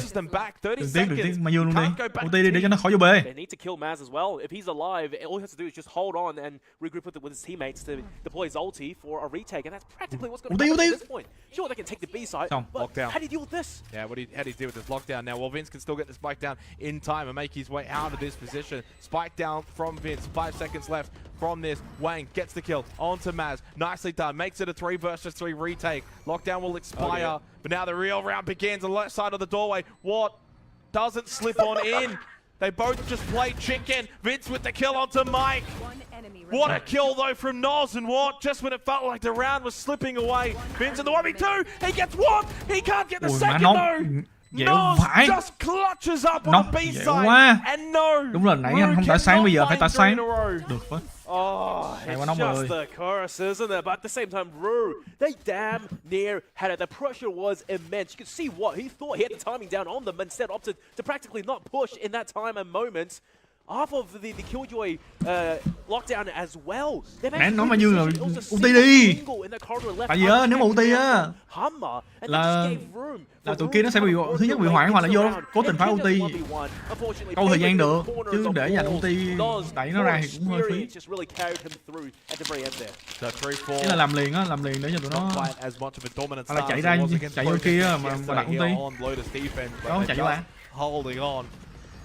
Mike, vision obscured. Wang. Oh, and I see both balls at the same time. The A lobby push hasn't worked out this time around. And just as they're getting aggressive, can they get more than this? Mike got the kill on Songri with the ball. Mấy ông mới 24 kêu bêu 5 lâu mà. Vince over towards lobby by himself. Tries to get the spray to Maz. Spike is down as well. And that's vision on the spike for the side of Hanma. Vince continues to pamp up. And what is making his way through T-spawn to get the kill and get the pinch? Chắc kỹ bạn. On the side of Root as well, you can't really just let them take A that easily for the defense. You kind of have to go fight against them and make things honest a little bit. Otherwise, a flank is going to be really fast on the horizon should you go anywhere else on the map. And not only that, if you opt to go back over towards the A site, what else do you do? So many angles to clear. I like the confidence. Fake flash nè.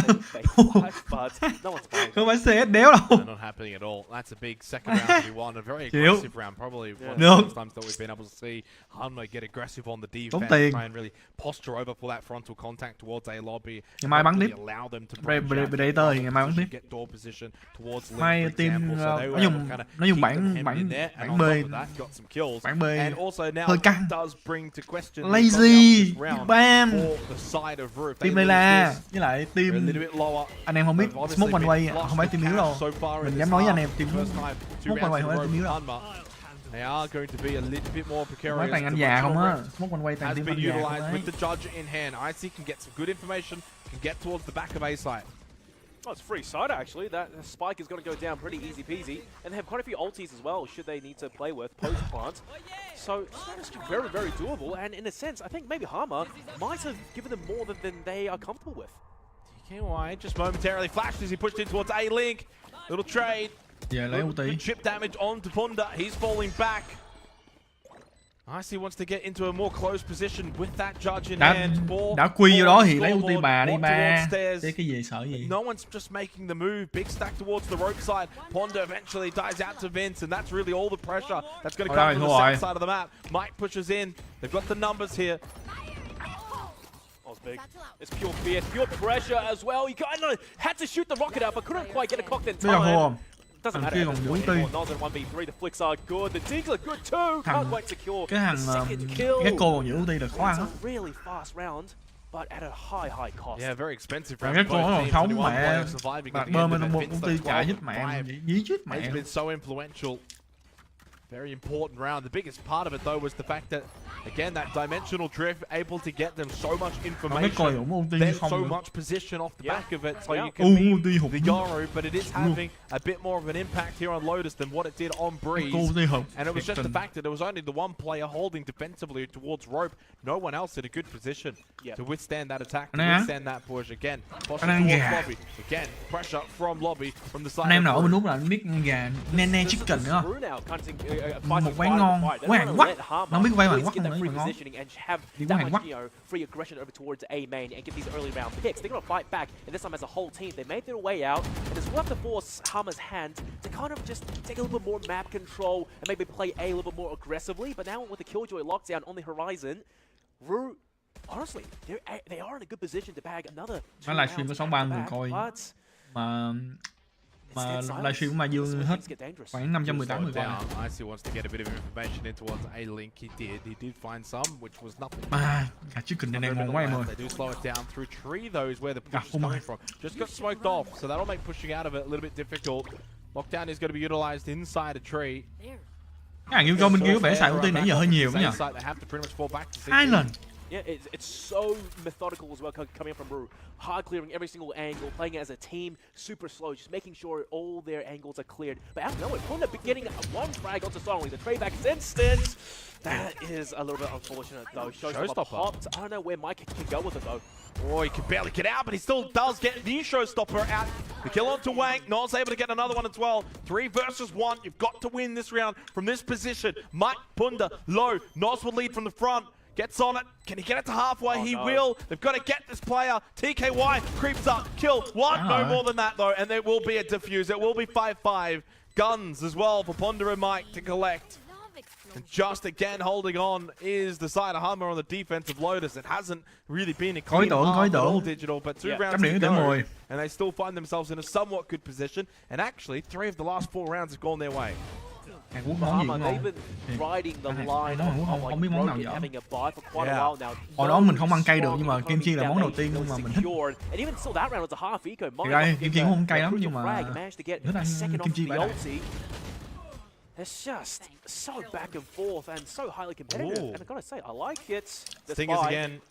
Worked in the second round, didn't it? And that forced buy, even though they didn't get the plant, through B they go. So we've seen this trick before. Punda probably understanding what he needs to do. Immediately teleports away. Smoke to the top of B. Icy gets aggressive. Punda wins that battle this time though. They cannot get through the Punda wall. The paint shells are pretty good though from Songri to clear his position. Nice drop down as well to get the kill onto Mike. Songri has been huge. Hình như mình bị lắc à?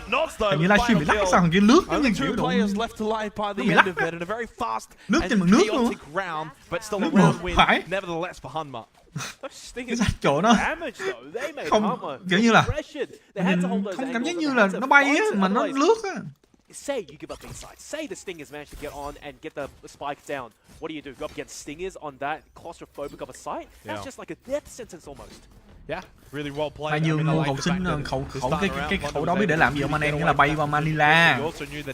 Không hiểu ý của Mai Dương thế nào. Ý là khẩu súng bay để bay qua Manila. Knowing that full well, they've got the Stingers. They're not going to be as precise from a distance. 6-5 final round of the half.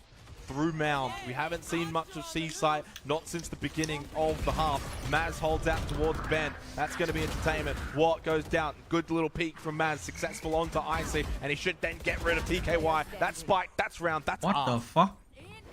Mình cứ tưởng Mai Dương chết rồi á, mình đang im lặng. Hai đạn thế cũng chưa sống rồi. And then pure timing, he found them looking the other way. And by the time, you know, Mai Dương nó hên quá. Ru managed to push onto the C site. The rotations were already here. The start of the round, it was promising. Để mấy hàng dưới. Có mọi Bunda bắn đúng bản năng. Bắn đúng vị trí. Bắn nhẹ hơi nhiều. Pistol round. Once again important. Phải lộn, 4 hàng đúng rồi. Sao biết? Đồ má. Just close by next round with Stingers. Apparently so. I don't know if Hanma's gonna swing that way. Paint shots being exchanged over towards Mound. You're holding on for dear life. That's still very competitive. Back and forth in the blink of an eye. Mikey! Let's go, boy! Yes, dude is on one today. Yeah. Hết thằng giấy à? That'll be an easy plant as well. Spike very slowly coming in from Mound. He's over towards A. 3 đánh 1 không trục về. Down and yeah, last player for the side. Chạy mẹ đi, ổn má, còn tiếc cái gì nữa, biết đâu này thôi, chạy mà chết đi. Tiếc cái đéo gì. You've got nothing to lose. Vince to place the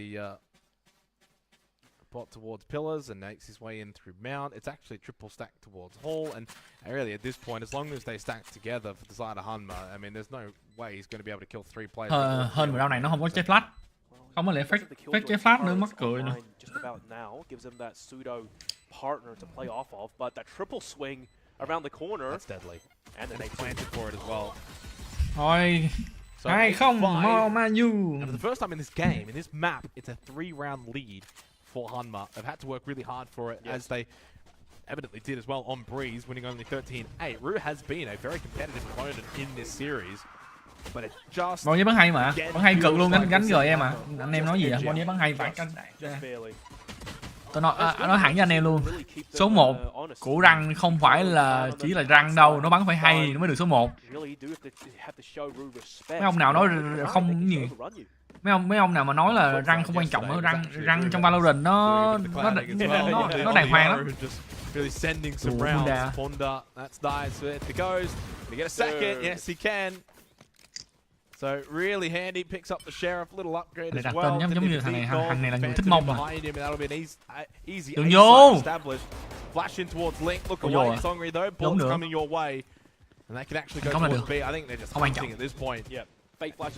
Quan trọng là kết quả chứ không quan trọng là Mazuong. Mình xe dạ chung đi mấy bạn phải luôn. Nốt này mày chết cái hồn anh chửi sấy mày luôn á.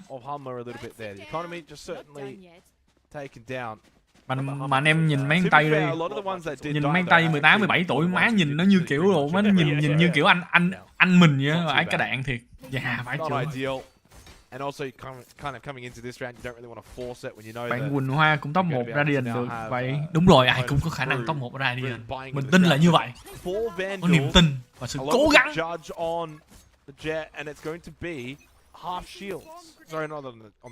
Xem bình luận tiếng Anh đâu vậy? Thì câu ở đây bình luận tiếng Anh mà, có tiếng Việt đâu. Mình chỉ sổ mình chỉ gâu cho vui thôi.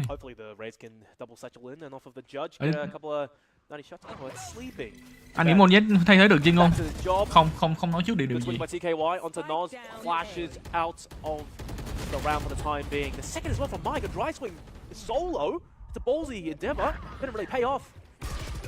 Oh no! Got the kill through the image anyway.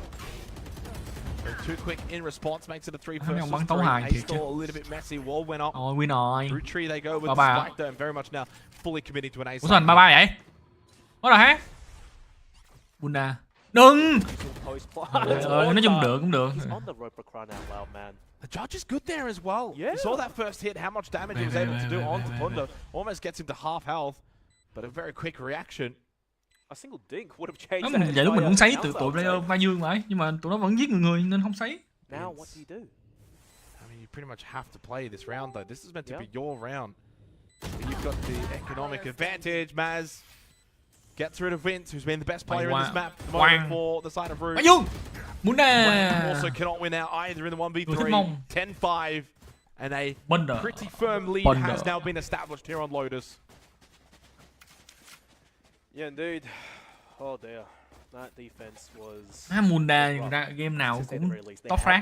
Đúng rồi, gánh kèo 1, nhưng mà nhìn Munda chết toàn mấy pha chết tạm xí thì chứ. Bạn xí chớ.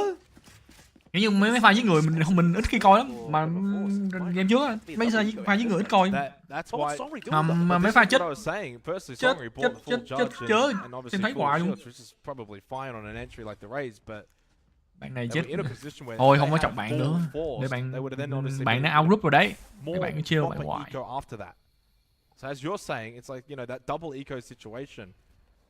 But maybe they can steal around. And I think that's what they were maybe hoping for, a little bit of a posture over towards Mound. I think they were maybe hoping and anticipating it was going to be a bit of a C hit. But it's A again. As the wall goes up, they've also just got outside link position established through Mike. But a lot of information at least has been gained for the side of Root, for the cup. Maz though gets rid of Vince. The information though that they've gained is the fact that they know it's going to be an A push, and they've obviously committed into the round. That's not bad for Songri.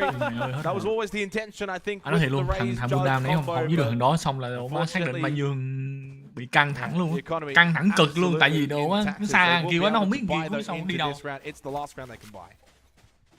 Chúng ta phải tiếp tục ăn múc bàn không? Bây giờ chúng ta sẽ trở lại với múc bàn đó chính là uống nước.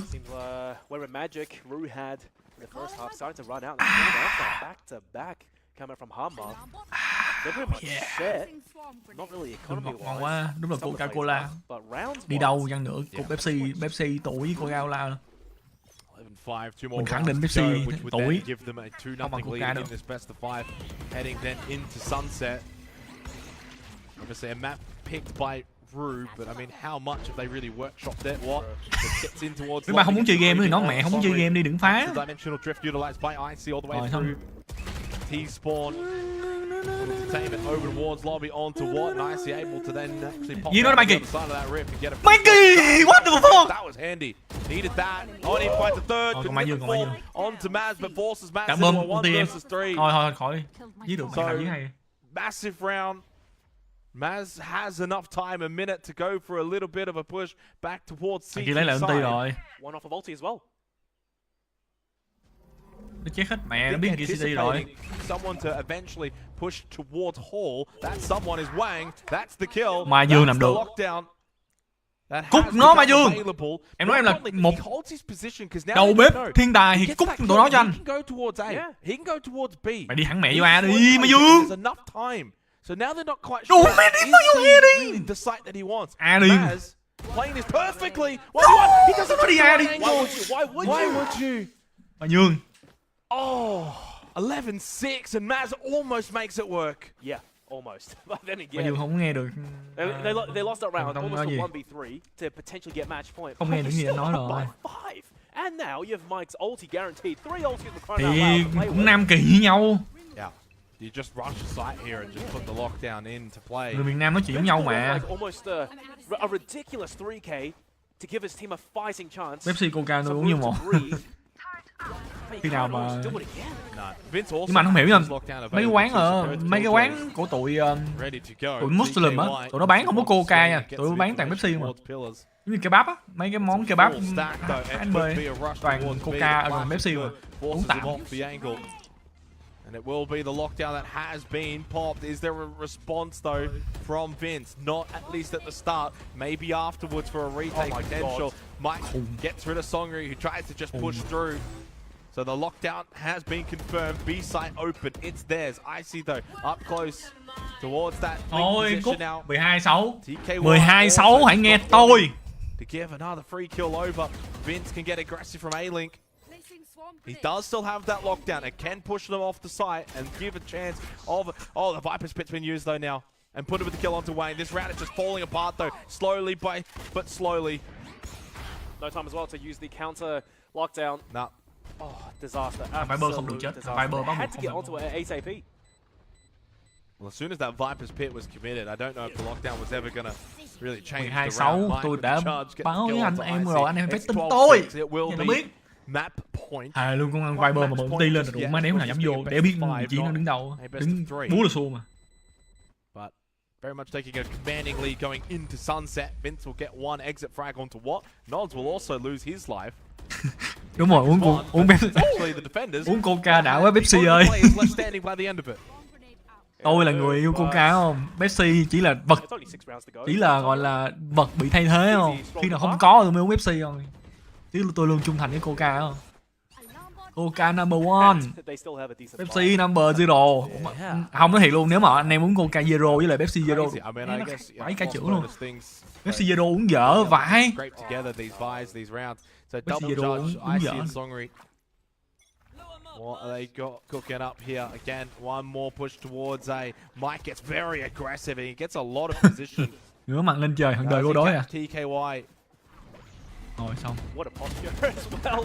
Yeah, Maz Ngửa mặt lên does. trời, hận đời với That đối. opens up the A site. There's a couple of players towards stairs, towards rope. That's going to be the double judge of Yoru. And along with the raze of Songri, along with Icy. Mai Dương 2. Mai Dương 3 đúng It's không? Hanma that have been far too good here on Lotus. Absolutely way too good.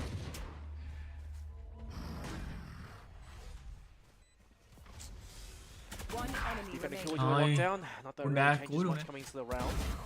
Didn't matter because they went over towards B, so they Yeah. faked the Thế A. là phá quá, thua Lockdown giờ. goes down, they just slip in through Link towards B. The beauty of Lotus.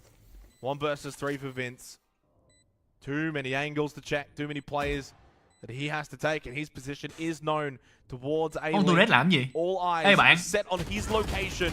He wins Con the Tourette làm first, gì vậy? but the second and the swing from Noz successful. 13-6. Very dominant performance on Lotus in the end after what was essentially a pretty even start. Actually, Yes. a 4-2 start even Yes. for Rue.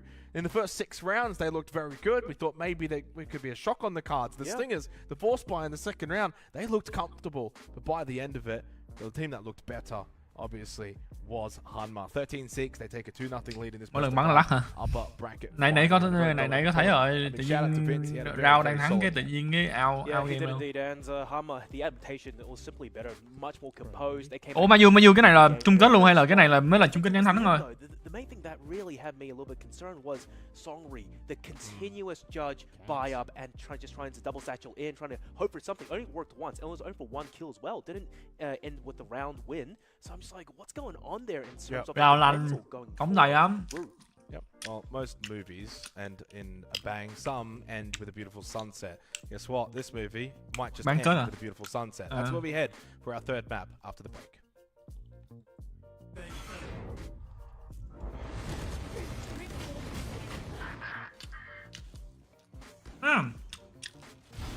Thằng anh kỳ vọng nhất trong trận này mà nó không có thể hiện biết nào Mai Kỳ á. Mai Kỳ.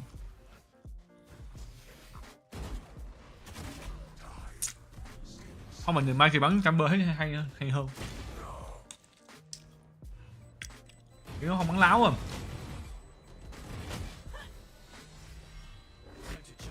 Không phải Mai Kỳ bắn láo đâu. Mạng mới Úc dở em ơi, đủ mấy anh xài super lúc nè, mạng 18 binh bắn bên server Úc nè, 18 binh lắc thấy bà, có lúc lắc. Anh xài mạng dây á. Anh xài bạn siêu xịn ở bên Úc luôn, xài mạng đắt nhất bên Úc luôn. Mạng gói nhà mắc nhất. Không mua gói công ty, gói nhà. Nó kiểu lại mua gói nhà đắt nhất.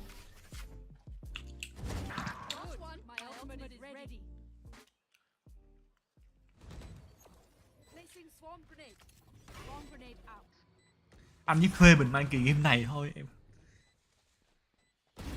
Nó mặc Bunda thì vẫn hay.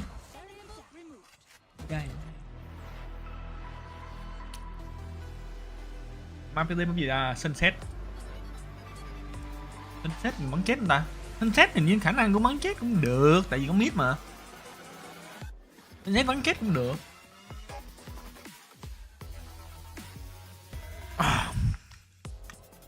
Đúng là combo hoàn hảo gà nó lại. Cục là. Ăn thì mấy thằng tay nó béo đúng rồi. Mình ăn mà còn ghiền.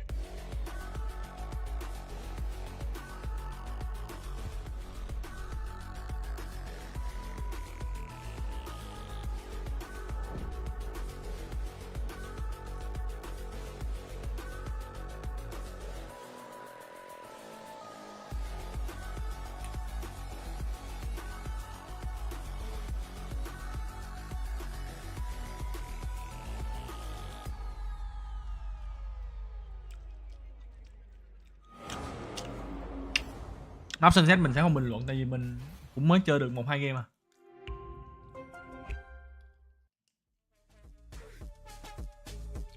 Ủa không biết Việt Nam mình có bán nhen chicken không ta? Hình như mới về Việt Nam hay không ta?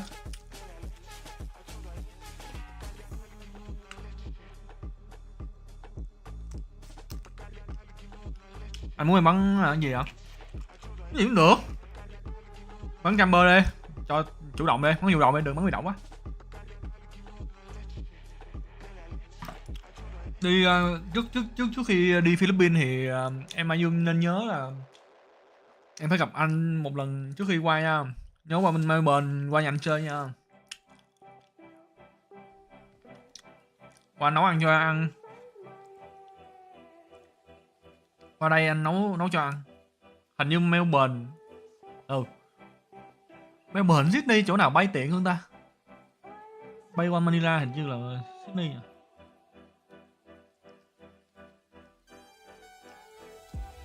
Không, anh đi học thôi em, anh không ở bển không. Anh đi học về và anh lấy cái bằng Việt Nam rồi anh có quốc tịch bên Úc rồi anh sẽ mang vợ Việt qua bên đây sinh sống chung với anh. 2-0 em ơi. 2-0 nha. 2-0 cho Mazuong nha. Mazuong biết hôm nay sao em thắng không? Cho em cút quá ngon đúng không? Cút ngon mức mà anh ăn mà anh thèm.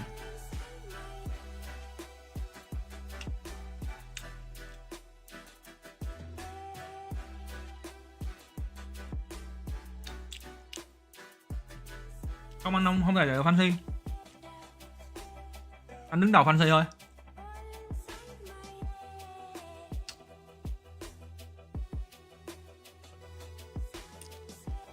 Anh thành lập một công ty rồi anh đặt tên là Fanpage United thôi.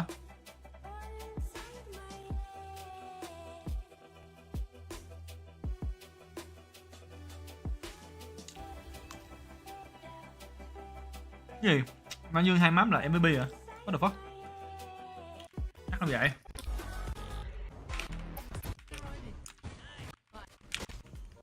Just imposed. They came back into the game very strong. And I think towards the end though, the main thing that really had me a little bit concerned was Songri, the continuous judge buy up and just trying to double satchel in, trying to hope for something. Only worked strong.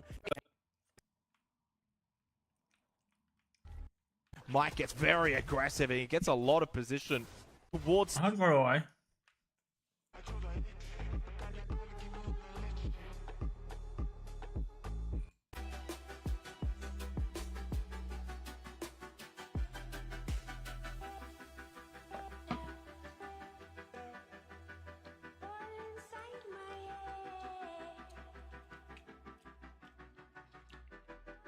Không em ơi, có bạn anh có bạn lý rồi.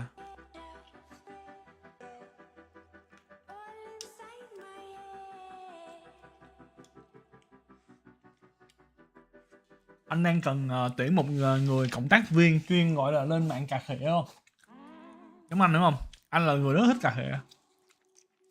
Mà phải cà khịa không được vô duyên lắm đúng không? Cà khịa phải có duyên. Anh rất thích những người thích cà khịa không?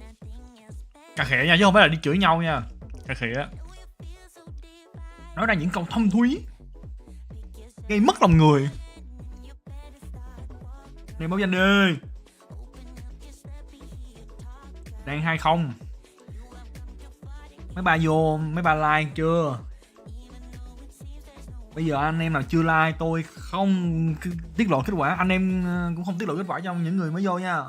Phải like đi rồi tôi tiết lộ nhá.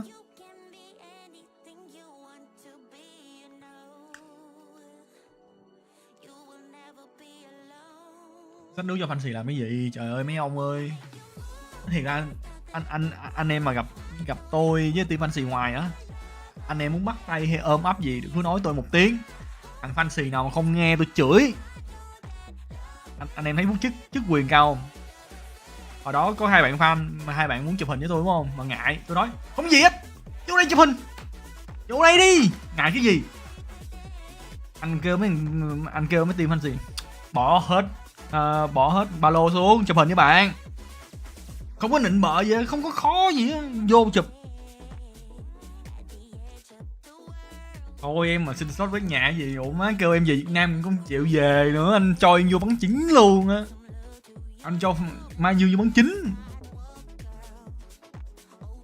Mazuong nói em chơi Fanpage bởi vì em thích ở Úc, em thích chơi Úc thôi. Em không còn thuộc về Fanpage nữa.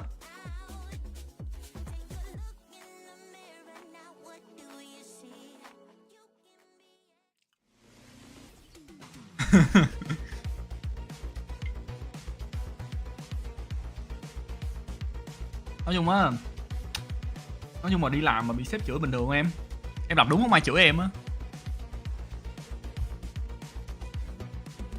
Còn đến lúc mà anh chửi anh chửi bọn player anh đó mà anh nhận ra rằng anh sai thì anh quê đó. Anh lại đi xin lỗi à. Anh không khó gì đó. Sai mình nhận. Ngại cái gì? Hơi ngại nhưng mà cũng phải xin lỗi, hiểu không? Anh mặc vậy lắm em. Cuộc sống mà. Sống có lần thì mặc vậy lên em. Bị bồ bỏ.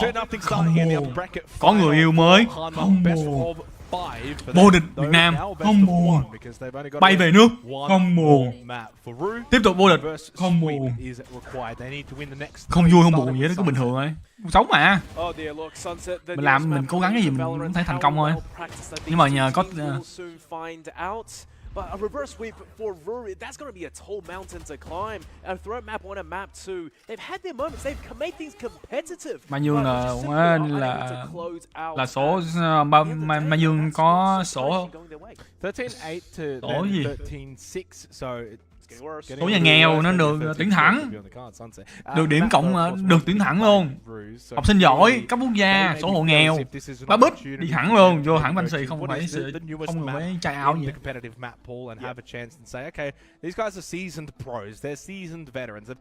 Chán chết mẹ. BO5 mà anh Huy, đúng rồi, đúng rồi em. Đúng rồi Vinh ơi. Game cuối nè. Thường thì bên nước ngoài gọi Mazuong là Mas mà, tại vì nó không đọc được cái chữ Mazuong. Nó bị MAC Mas á, Mas. MAZ, Mas. Nhưng mà đọc viết chữ Mazuong đọc nghe cũng hay ấy chứ. Nhưng mà nếu mà đổi qua Demon King thì nghe hơi phèn. Nếu mình đọc qua tiếng Anh thì Demon King thì nghe cũng hơi phèn. Mazuong. Tháng 20 rồi nhé. Bé 2K7 fanboy Mazuong. 2K7 lo học đi mày. Cấp tốt nghiệp kìa, coi cái gì. Anh đến tuổi mày là anh trốn vào nước ngoài rồi. Anh qua nước ngoài anh tốt nghiệp. I think defense usually has a better time with things, unless the map is like a OG breeze, for example. Demon, nhưng mà thiệt ra thì hồi đó nghe cái chữ Demon nghe cũng phèn lắm, nhưng mà đến lúc mà nó vô cái nghe hay vãi luôn. Thề luôn. Cái chữ Demon lại nghe ban đầu anh nghe phèn lắm, nhưng mà đến lúc thằng Demon quanh nó vô địch cái cái chữ này hay quá nha. Nó đúng ý nghĩa mà nó hay.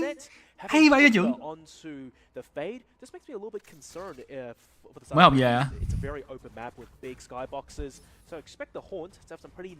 mà bên đây nói chung là cuộc sống bên đây với lại món ăn bên đây, nói chung là món ăn dựa vào cuộc sống của bên đây nó cứ nhạt quá.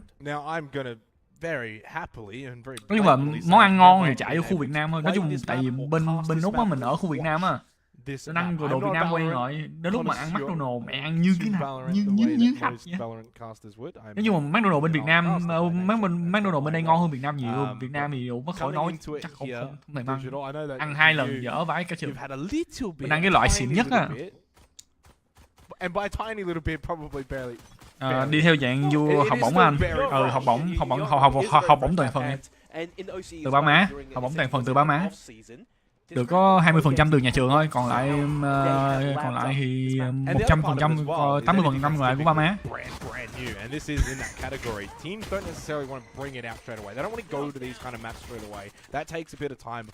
Anh ở khu người Việt Nam này em đầy món Trung món Việt đầy luôn. Có món Thái, Thái Trung Quốc. Món Thái món Trung là ngon nè. Mã Lai cũng ngon nữa. Nhưng mà ăn cũng tựa giống nhau à. Ăn cũng có mùi vị na ná nhau.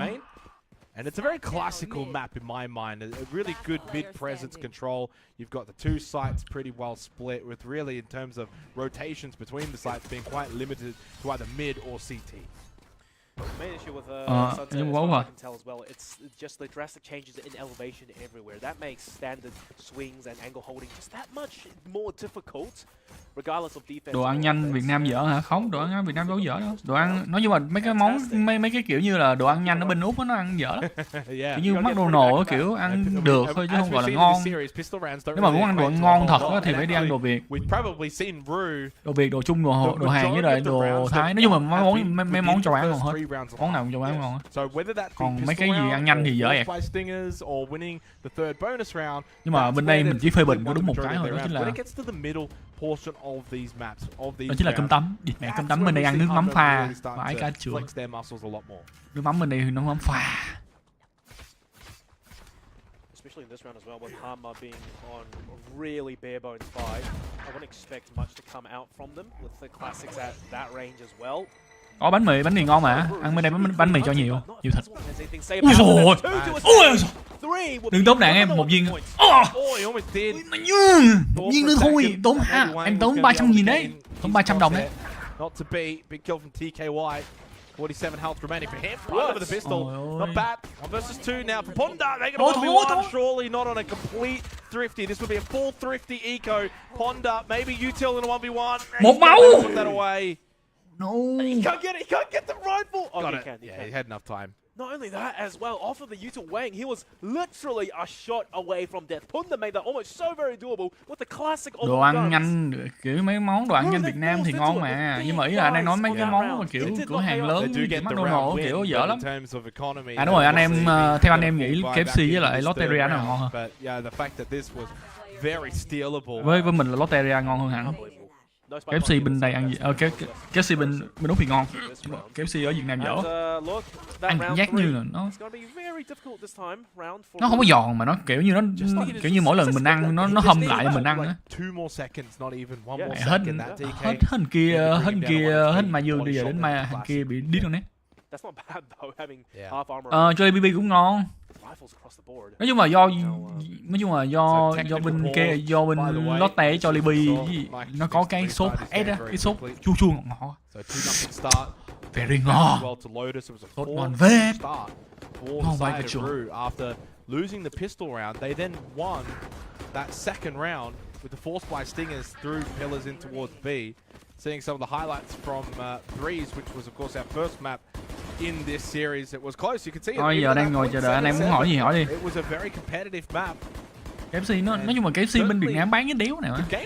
Công thức bán giờ công thức nó hình như sai. Ăn KFC bên đây khác.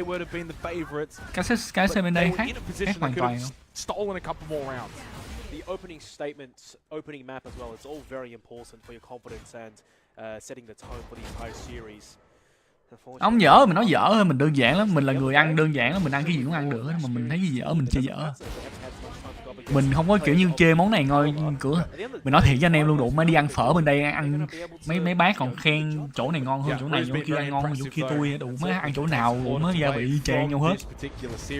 Tại vì tôi ăn với tương đen mà. Nên khi đổ tương đen vô cái lúc kiểu gì nó cũng na ná vậy. Nhiều người ăn giờ tôi mới biết lúc mà tôi qua Úc tôi mới biết là tương đen dùng để chấm á. Chứ hồi đó tôi toàn đổ vô phở tôi ăn mà.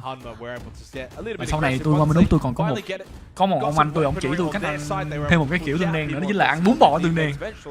Ngon vãi cả chữ. Anh em tại vì ở Việt Nam mình không ăn bún bò tương đen thôi, anh em mà có quán mà ăn bún bò mà có tương đen anh em đổ thử đi. Vãi cả chữ. Tôi dám chắc anh em luôn. Anh em là người miền Nam thì chắc chắn là ăn thích ăn cái vị ngọt, ăn kiểu tương đen với bún bò. Anh không có đệ tử em. Anh nói em rồi, anh không có người yêu bởi vì anh yêu tất cả mọi người đúng không? Anh sợ mọi người ghen tị nên anh không yêu ai, nên anh ế đến giờ đúng không? Tình yêu anh dành cho mọi người đều cân bằng nhau hết. Anh đệ tử cũng không em. As soon as Hanma gets the feel that Ru can't really stand the pressure, they're gonna start just bullying them. To be fair, it has been very limited bullying so far. It's been very competitive. Sao cảm giác có mùi cái map này tụi này lần đầu tiên bắn luôn á. Cảm giác như xin hết là có đứa quán này có quán phở à? Quán phở rồi hả? Phở Commoner là con mẹ nó luôn. Phở con mẹ nó luôn. Biết rồi. Mazuong ơi, nó chết rồi Mazuong ơi, em lo cho lo team em ơi. Mazuong chết bởi bobbing swing. Map 23 nha, map 3 nha. Out of the equation now for post-plant situations. 3v3 is very much doable.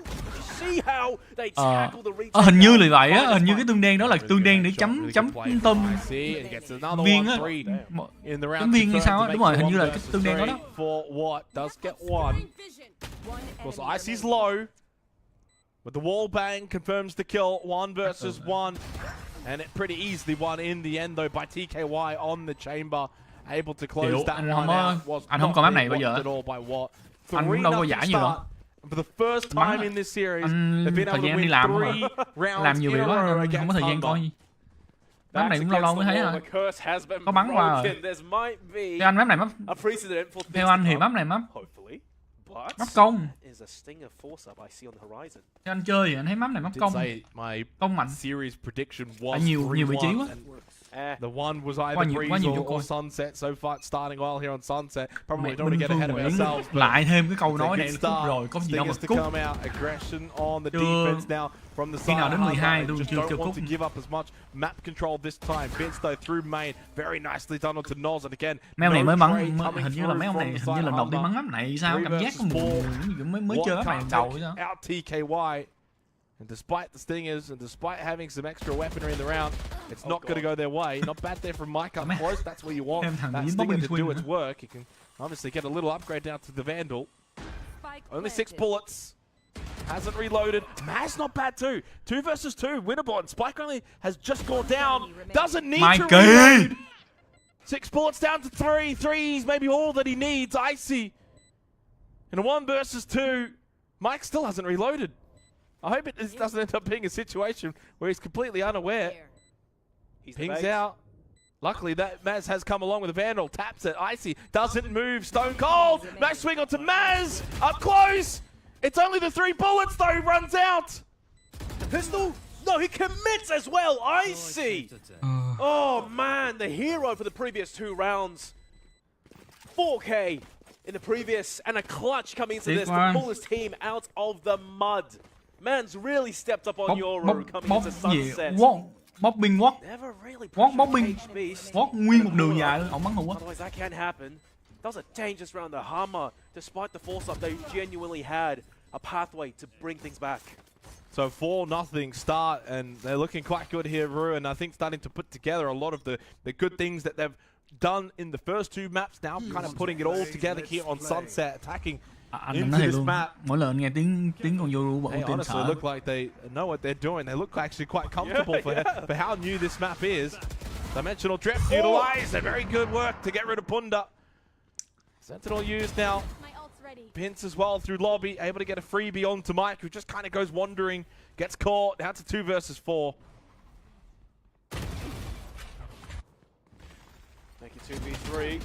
The plays of Hanma, this is their chance to really make things a little bit honest for Ru. The wingman, though, does help them get that pseudo 4th man on board to get the spike down. And not so low. Bao nhiêu thể hiện trình độ của em cho anh xem coi. Anh là nhà tuyển dụng, còn em là tuyển thủ. Em phải chứng minh cho anh đấy à. No, certainly wouldn't. It's not going to be easy though. Thế vậy? Ui. That's 1, but Vince was very low. He had like 10 HP. Headshot was confirmed anyway.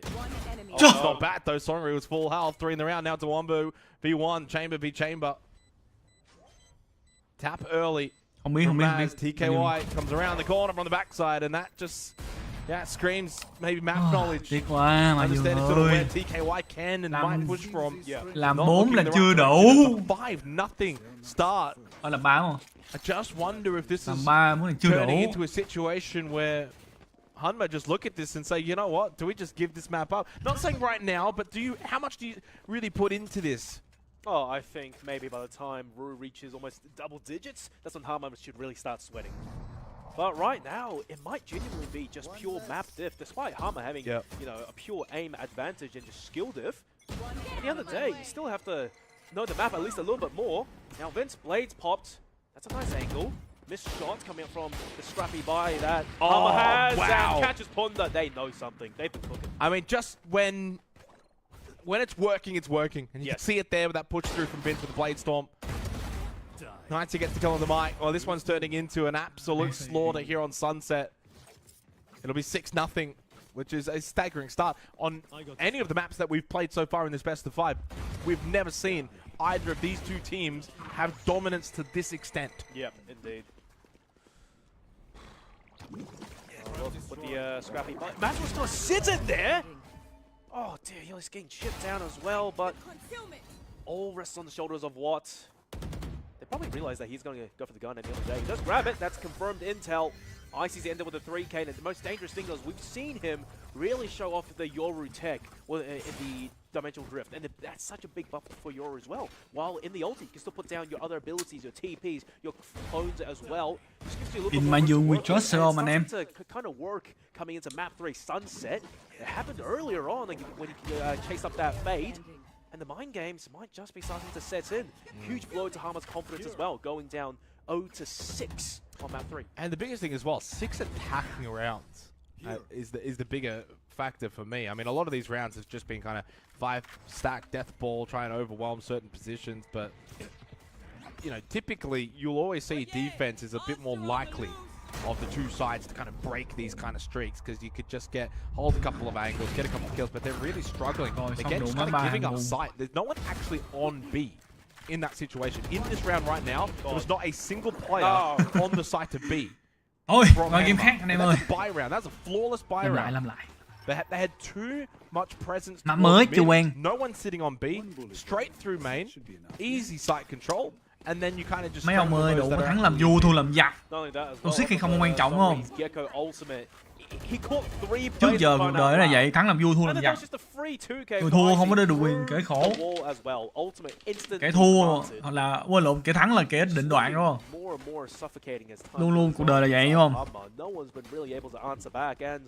The real unfortunate part is Noz being on breach. We haven't seen a single team play combination of a Util on the defense yet.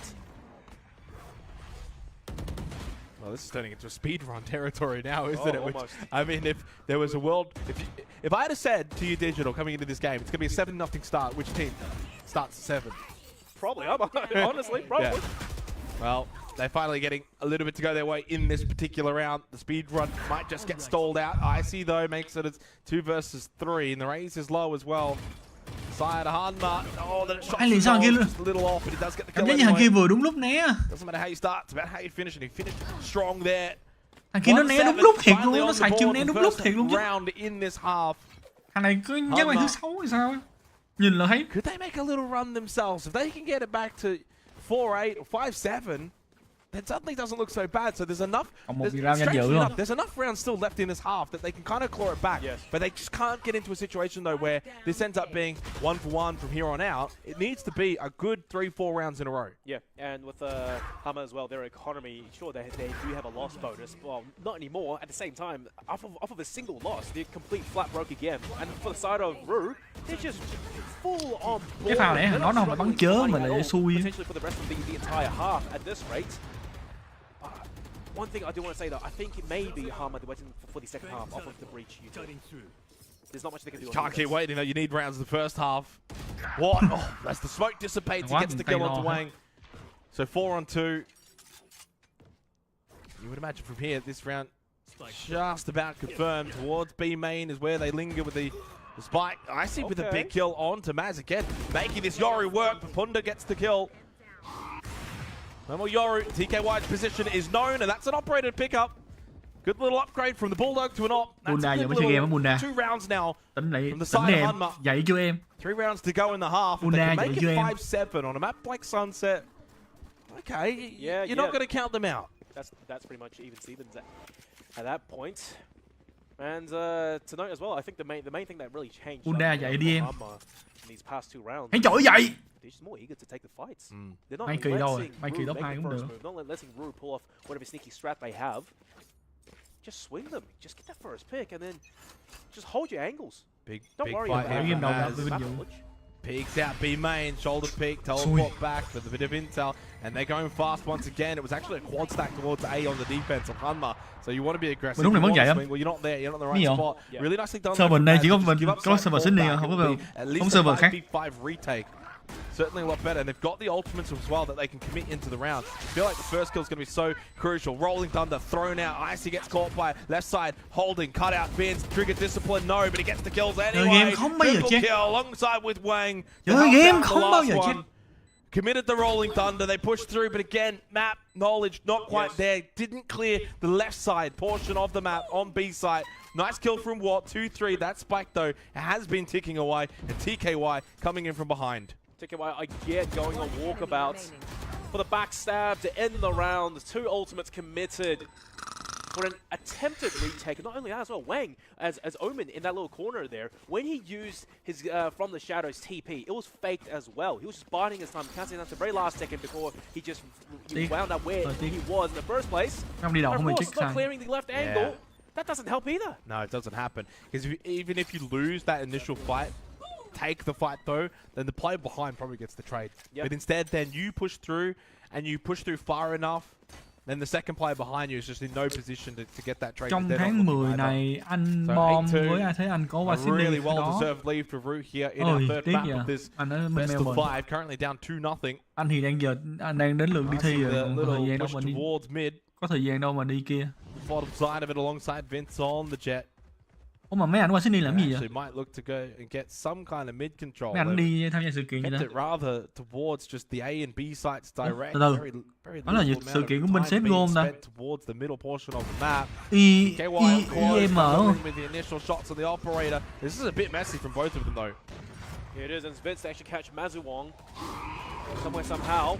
So that's one sentinel sort of less to worry about for the side of Rue. And first pick once again swinging their way. It just seems that Hanma, they really wanted to push it and just take the fights, try to swing the numbers advantage over towards their side. It's not working out. Yeah, bên nước ngoài không ai gọi là Mai ngang chuối, toàn gọi Mai kia mà. Not the end yet, but this round. Ủa gì hành 3-3 5-3 haven't been able to do in this half. Bring these kind of rounds back. You know, if it's a 5-3 spike down, can you find a couple of kills? This time they've been able to. Pushing in from B main. What on the other side? He loses his life. CT side needed to win that. That was crucial. It's a big ulti as well. Makes it just Nos left with an operator to try maybe do something. It's a full-on save. They can't do anything. No. Ulti wasted essentially. Let's get the kill onto Wang, but again, no time. And they know too much to clear on that site. They fall away. Round done. It's going to be 9-2. 4 rounds to go. Mấy kia chết đi có gì đâu, tiền nhiều They mà. have absolutely pocketed Sunset in this series. I don't see a way back for Hanma, not from this kind of deficit. Last round before the don't worry. They'll be on Haven, maybe. Well, that's going to have to be where it happens. I did say 3-1 for the series, so I'm a little bit content with the way things are playing out. Final round of the half. You did the math. That's true. Oh, clearly though, Hanma haven't done the math here on Sunset. Got some work to do. But it is still so new. It is still so fresh. Yeah. I want to see their attack side. That's where I think maybe things could really change up the composition that they have. See how this final round of the half does go. Vince is able to once again get aggressive. Just trying to get some high ground advantage. 3 versus 3 from here. After the initial contact, sees a couple fall for both sides. What's flash? Nos can't win. Has struggled a little bit so far on the breach. 2 versus 2. Again, another very sort of frenetic round. And just at that elbow position, Watt peeks out. Maz gets rid of the other chamber, now to 1v1. He's dropped whatever gun he had to opt to use the Tour de Force. I mean, sure. Teleport's ready. But now, at this point, it's just a bit of cat versus mouse game, and close quarters angles. You might just favor the Vandal. He bodied him! Yes, he had the headhunter. Mazuong backs himself any day of the week. You would back Mazuong as well to land that shot. But that's double digits for Rue. Every little moment has gone the way of Rue here on Sunset. The way that it hasn't probably, though, for the rest of this series. 10-2. A scoreline we did not envision. It was 13-8, 13-6. Maybe we anticipated a 13-4 in favor of Hanma as they continued to just sort of bully their way through this series, but no. Well deserved though. They've put on a lot of map knowledge. What an attacking half. Yeah. But now this is when things get really scary. Mike, you can expect him to maybe double satchel in. Honda as well with the horn from up above. Angles get in for his team. Nos the backup with the flash and dash with the stuns. They have to emulate almost identically what we just saw from the side of Rue. TKY. Thank you.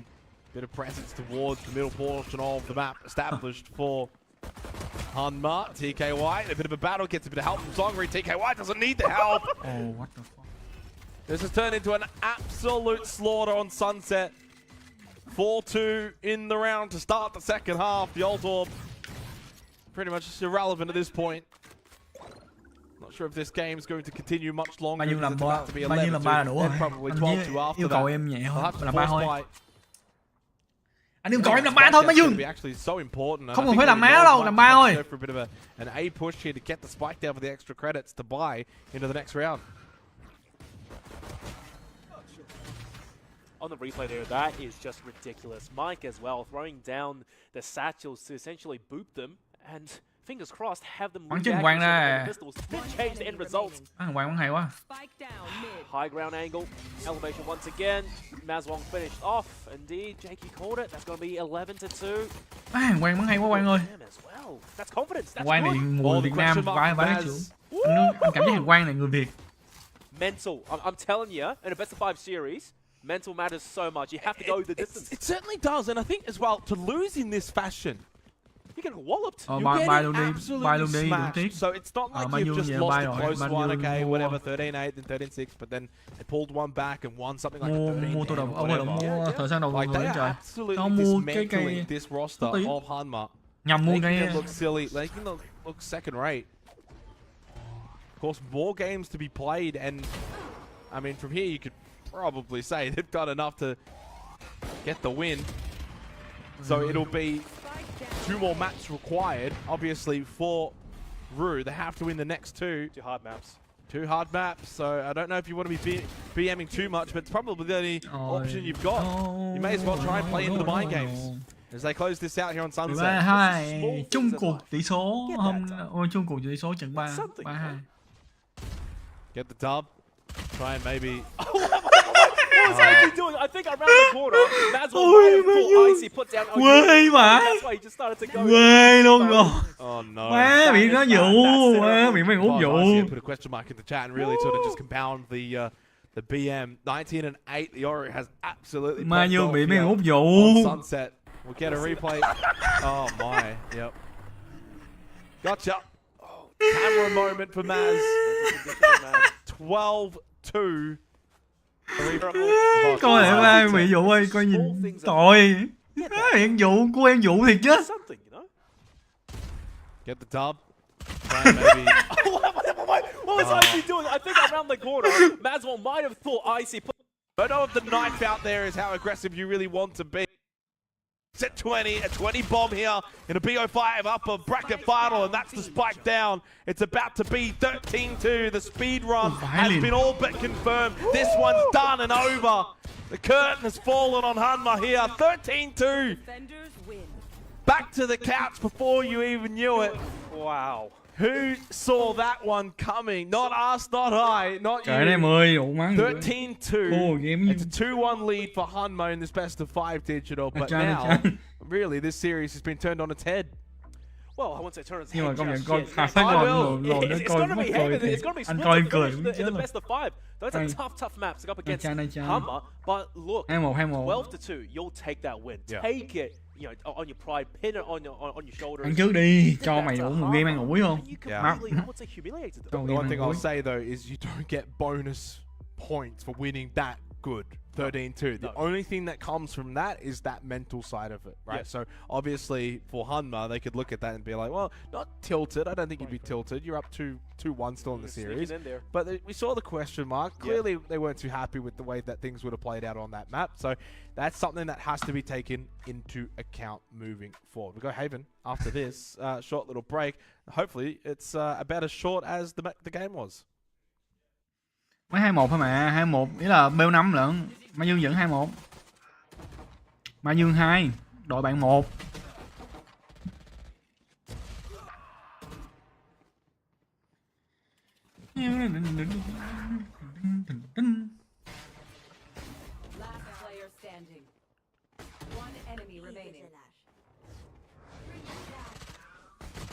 Má hôm nay anh phải phê má Bunda ơi, anh phê bình em game 3. Game 2, game 1 bắn hay ghê luôn, mà game 3 bắn chớ.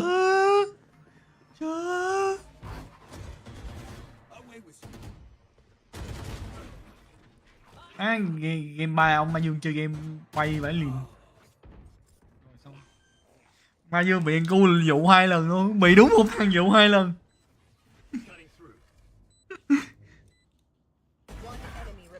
Mà chắc chắn là phải có pha cuối của Mazuong, có pha của Mazuong chắc luôn. Mấy nhân vật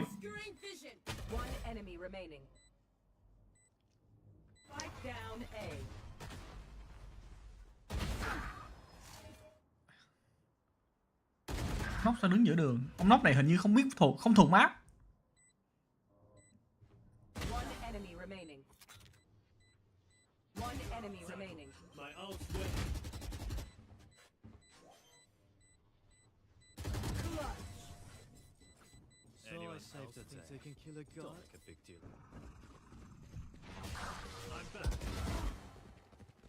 Má Yoru này chơi hay nha.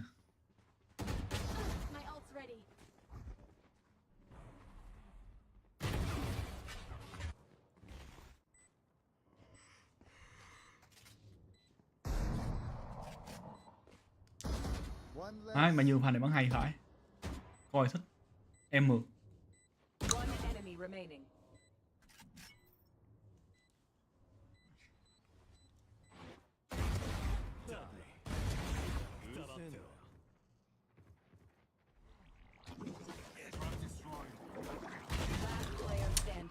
BO5 mà mấy ông cứ BO5 anh em. Team Mazuong 2 bên kia 1.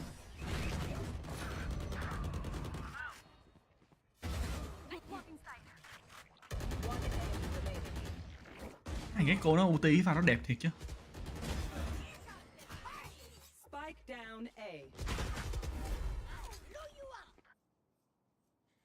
Mà anh cũng nể mấy ông bên Predator, bên OC, mấy ông làm highlight tốt nha. Cắt highlight lẹ vậy.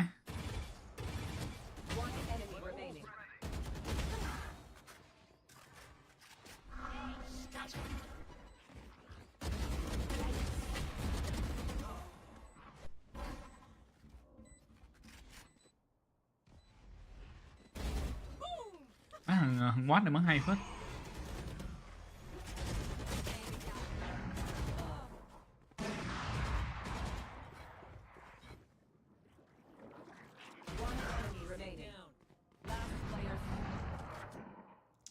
Pha này pha tí nhất của Mazuong nè.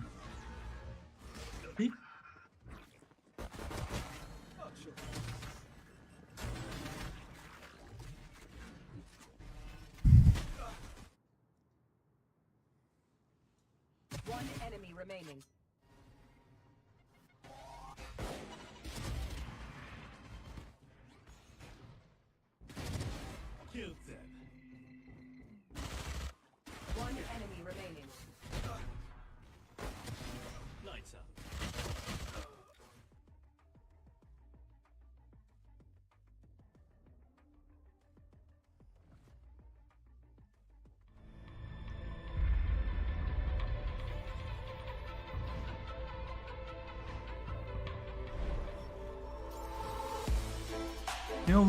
Nếu Asus có thể nghe được từ chủ tịch Fanpage thì chủ tịch Fanpage cũng mong rằng có thể được hợp tác giúp Asus Predator để một cái logo là gì để được đính logo Asus Predator lên áo Fanpage.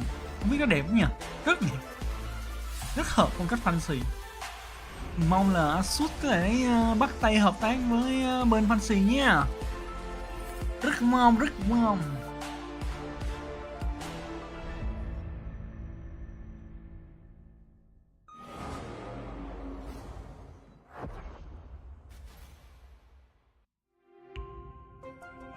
Xong hết hợp tác rồi, chết rồi, hết hợp tác rồi, sorry, xin lỗi thôi. Có đăng bài xin lỗi công khai thôi. Mình không có chơi mấy cái máy tính game mình luôn. Hồi đó mình có mua Acer. Mình nhớ quá. Predator của Asus hả? Của gì? Số này sao?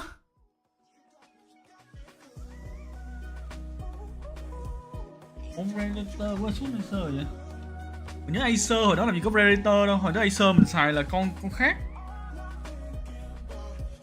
Acer hồi đó mình lại xài con khác, mình không có xài Predator, mình xài cái loại khác, cái loại cũng chơi gaming nhưng mà không phải là đó.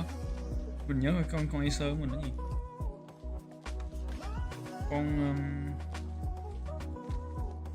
Đúng rồi, nhớ rồi, Acer hồi xưa mình xài con Nitro 5.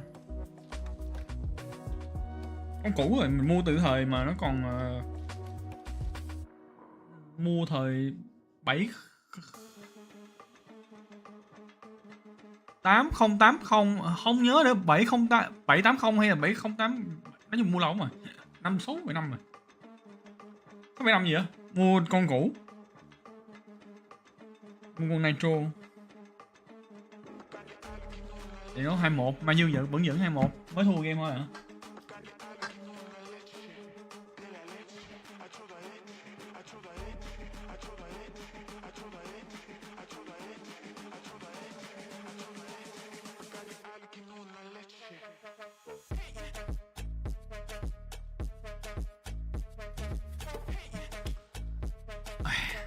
Bây giờ mình sẽ cho anh em một câu hỏi rất là khó khăn luôn. Bây giờ trong lòng anh em thực sự á phải trả lời cho mình câu này. Theo anh em nghĩ giữa phở với bún bò cái nào ngon hơn? Nói thật đi, mình sẽ nói trước. Khẳng định đó chính là phở ngon hơn. Còn anh em thấy nha.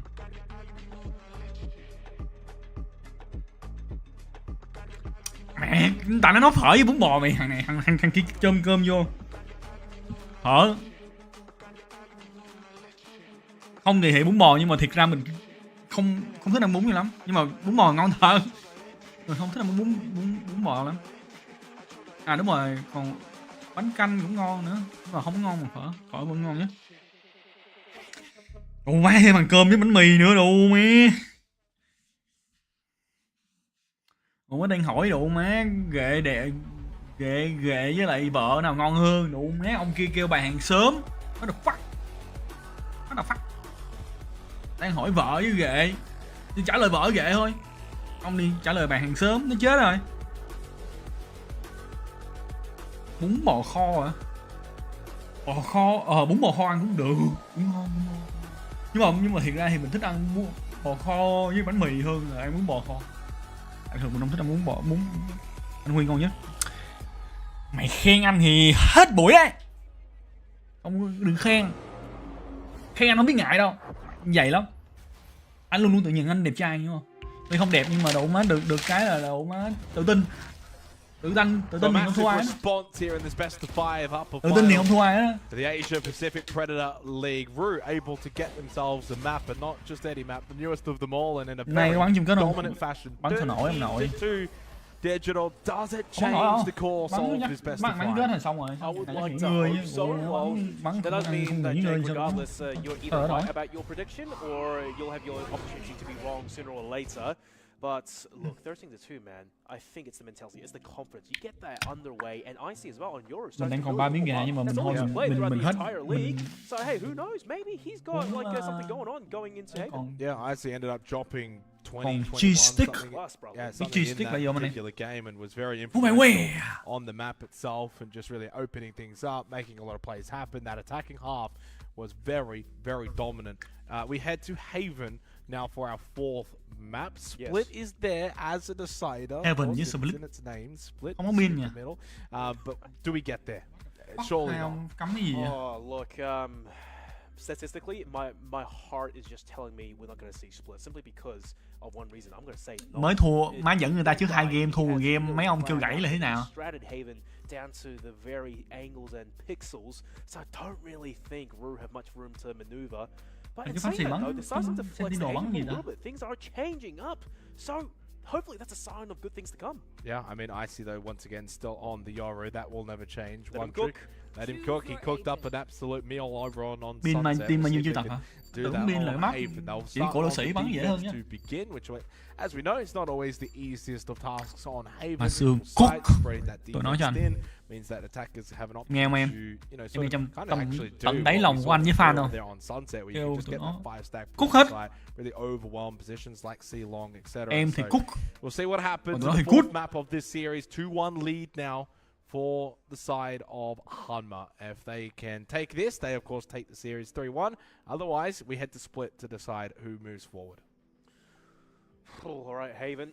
It's been in the pool for, well, as long as anyone can remember, with very minimal changes. So across the board, all these players, they should be more than familiar on this map, especially more so on the side of Hanma.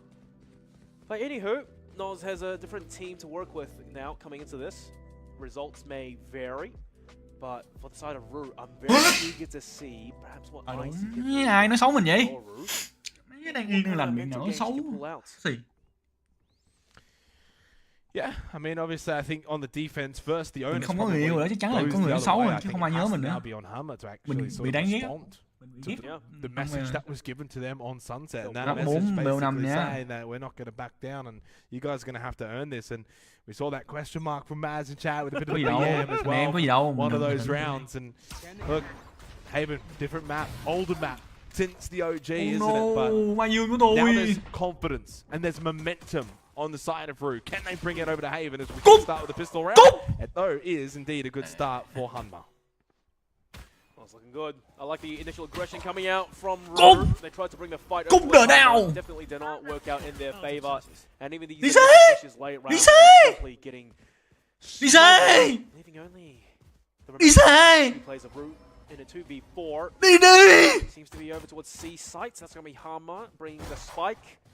And now this retake, I would dare say, it's going to be somewhat impossible. Obviously, numbers aside, you don't really have smokes to block off either garage or long.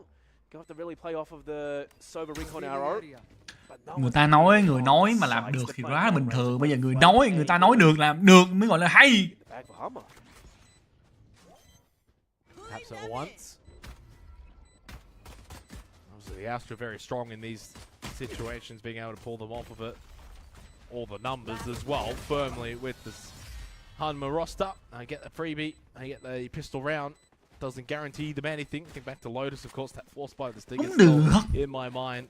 Mai kỳ không làm mình thất vọng. Are there if you do want to buy into this second round? It doesn't seem like that will be the case.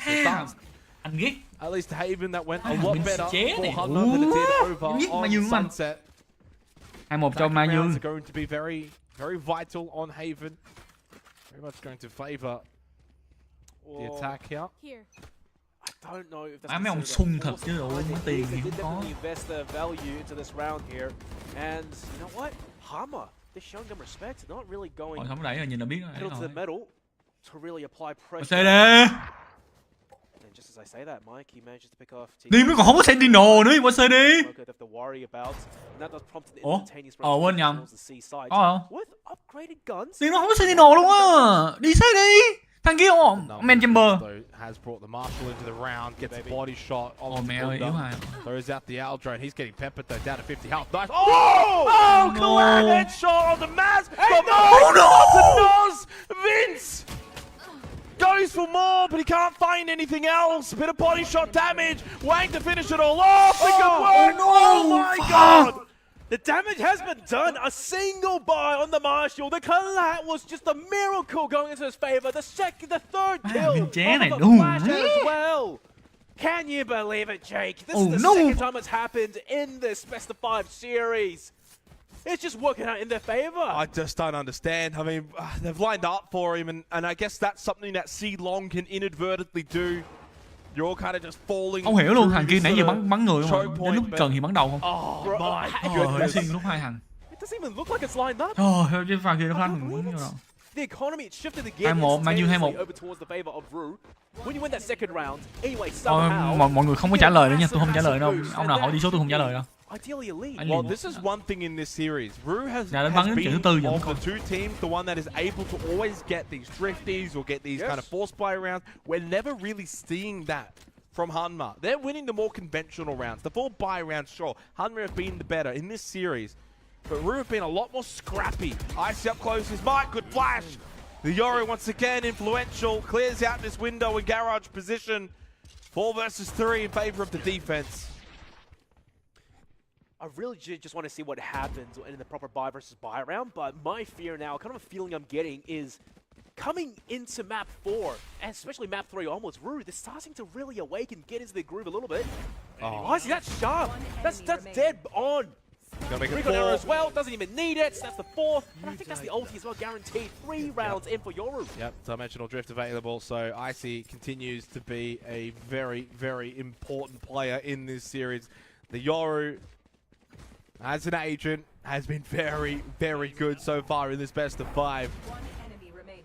So a 2-1 lead on the defense of Haven. That's a great start once again. And I said it, I think, at the start of Sunset.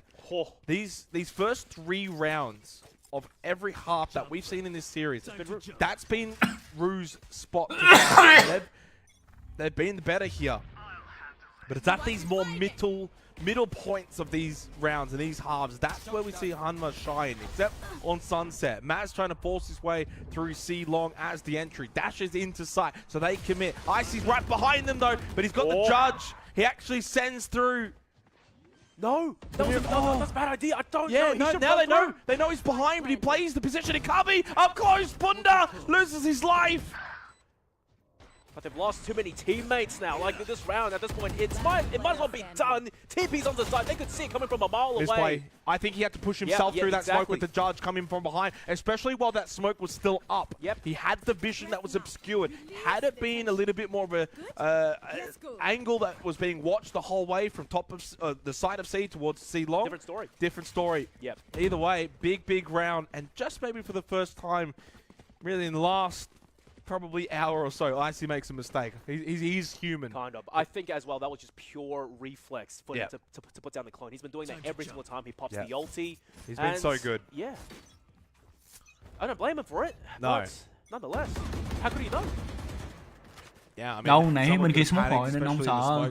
Sees that coming through. Hình như là không nghe, không biết. Didn't happen. Hình như không để ý hay sao. Nhưng mà hơn là bên kia nó smoke chùm luôn. Definitely, once again, feels like a very competitive match. It's a 2-1 scoreline in terms of the series, but you think back to the earlier maps, I mean, it was 7-7 on Breeze, you know, like, this has been a close series.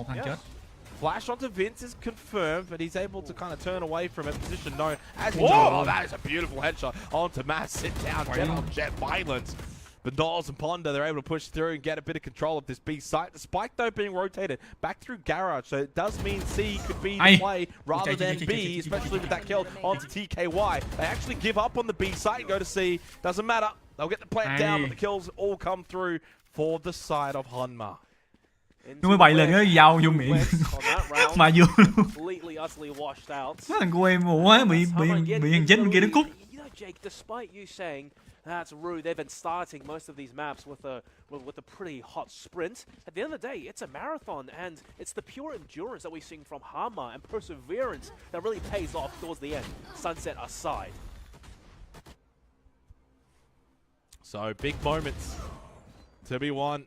It's obviously do or die, and it has been that way since we began on Sunset for Root. After losing the first 2 maps, Vince again. Not able to replicate that C-long. Galat over towards Sewers.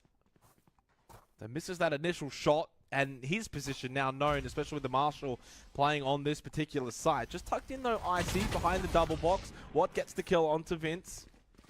IC though, he actually teleports back away from that, so no longer playing the close angle, and A-long will be secured here for Hanma. No. Yeah, the rotations are coming, but I don't really know how good they can lock it down with the limited weaponry they have. Although Songri maybe trying to wait off of some util, some information from his teammates to rain down Hellfire.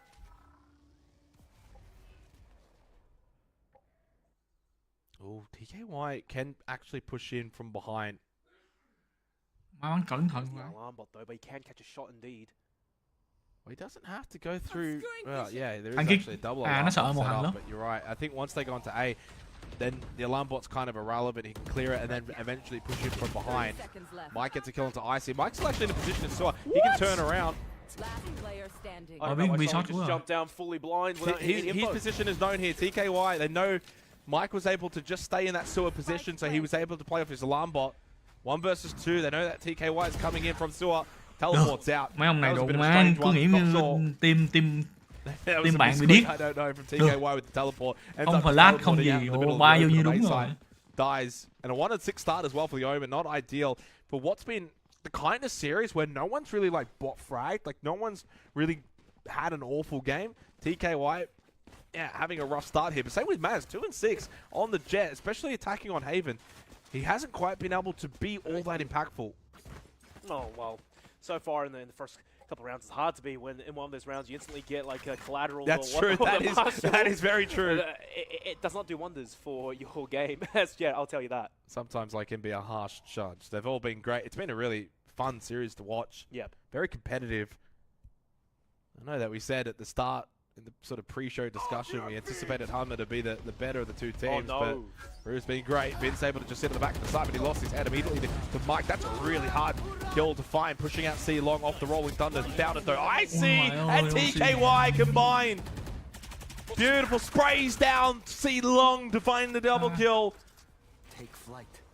What? They're just pushing through. You would have thought Hanma they were holding those angles any day of the week. L drones kiss in the night. And now Punda's been exposed completely. even there's the spike. It's on the site. But if anyone can bring this home, it's got to be Punda. I gotta say. Yeah, but it's a 1v3 and he doesn't have spike, so he can't rotate. They could just stay triple stacked, waits for the recon bolt, throws it out to get some kind of information. That's one, couldn't get a second though. Ôi trời ơi, mỗi thằng một máu. That's the beauty of C-Long, especially as the defense. Thằng kia nãy bắn bản đồ là hắn rồi. Yeah, they were low. Thằng kia nãy bắn bản đồ là hắn These rồi. two different plays that had to be shot at the same time, not going to happen.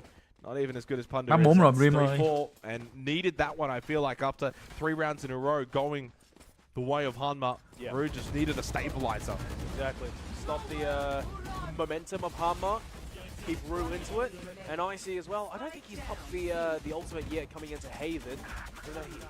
He's had it online quite often. But now the judge on defense, where is he going to go with it? That's my question. I think there was a previous round. Yeah, there was. Dimensional Drift, though, has now been used from Icy. Info. Last time we saw this was that little mistake towards C-Long. Oh, Mike just able to save the day. The Astra just barely stays alive. Icy with the quad question mark. Oh. And he's not happy with that one. I wouldn't be either. That's how my judges work in ranked games too. Point blank, it just doesn't get the kill. It doesn't work for some reason. But TKY though.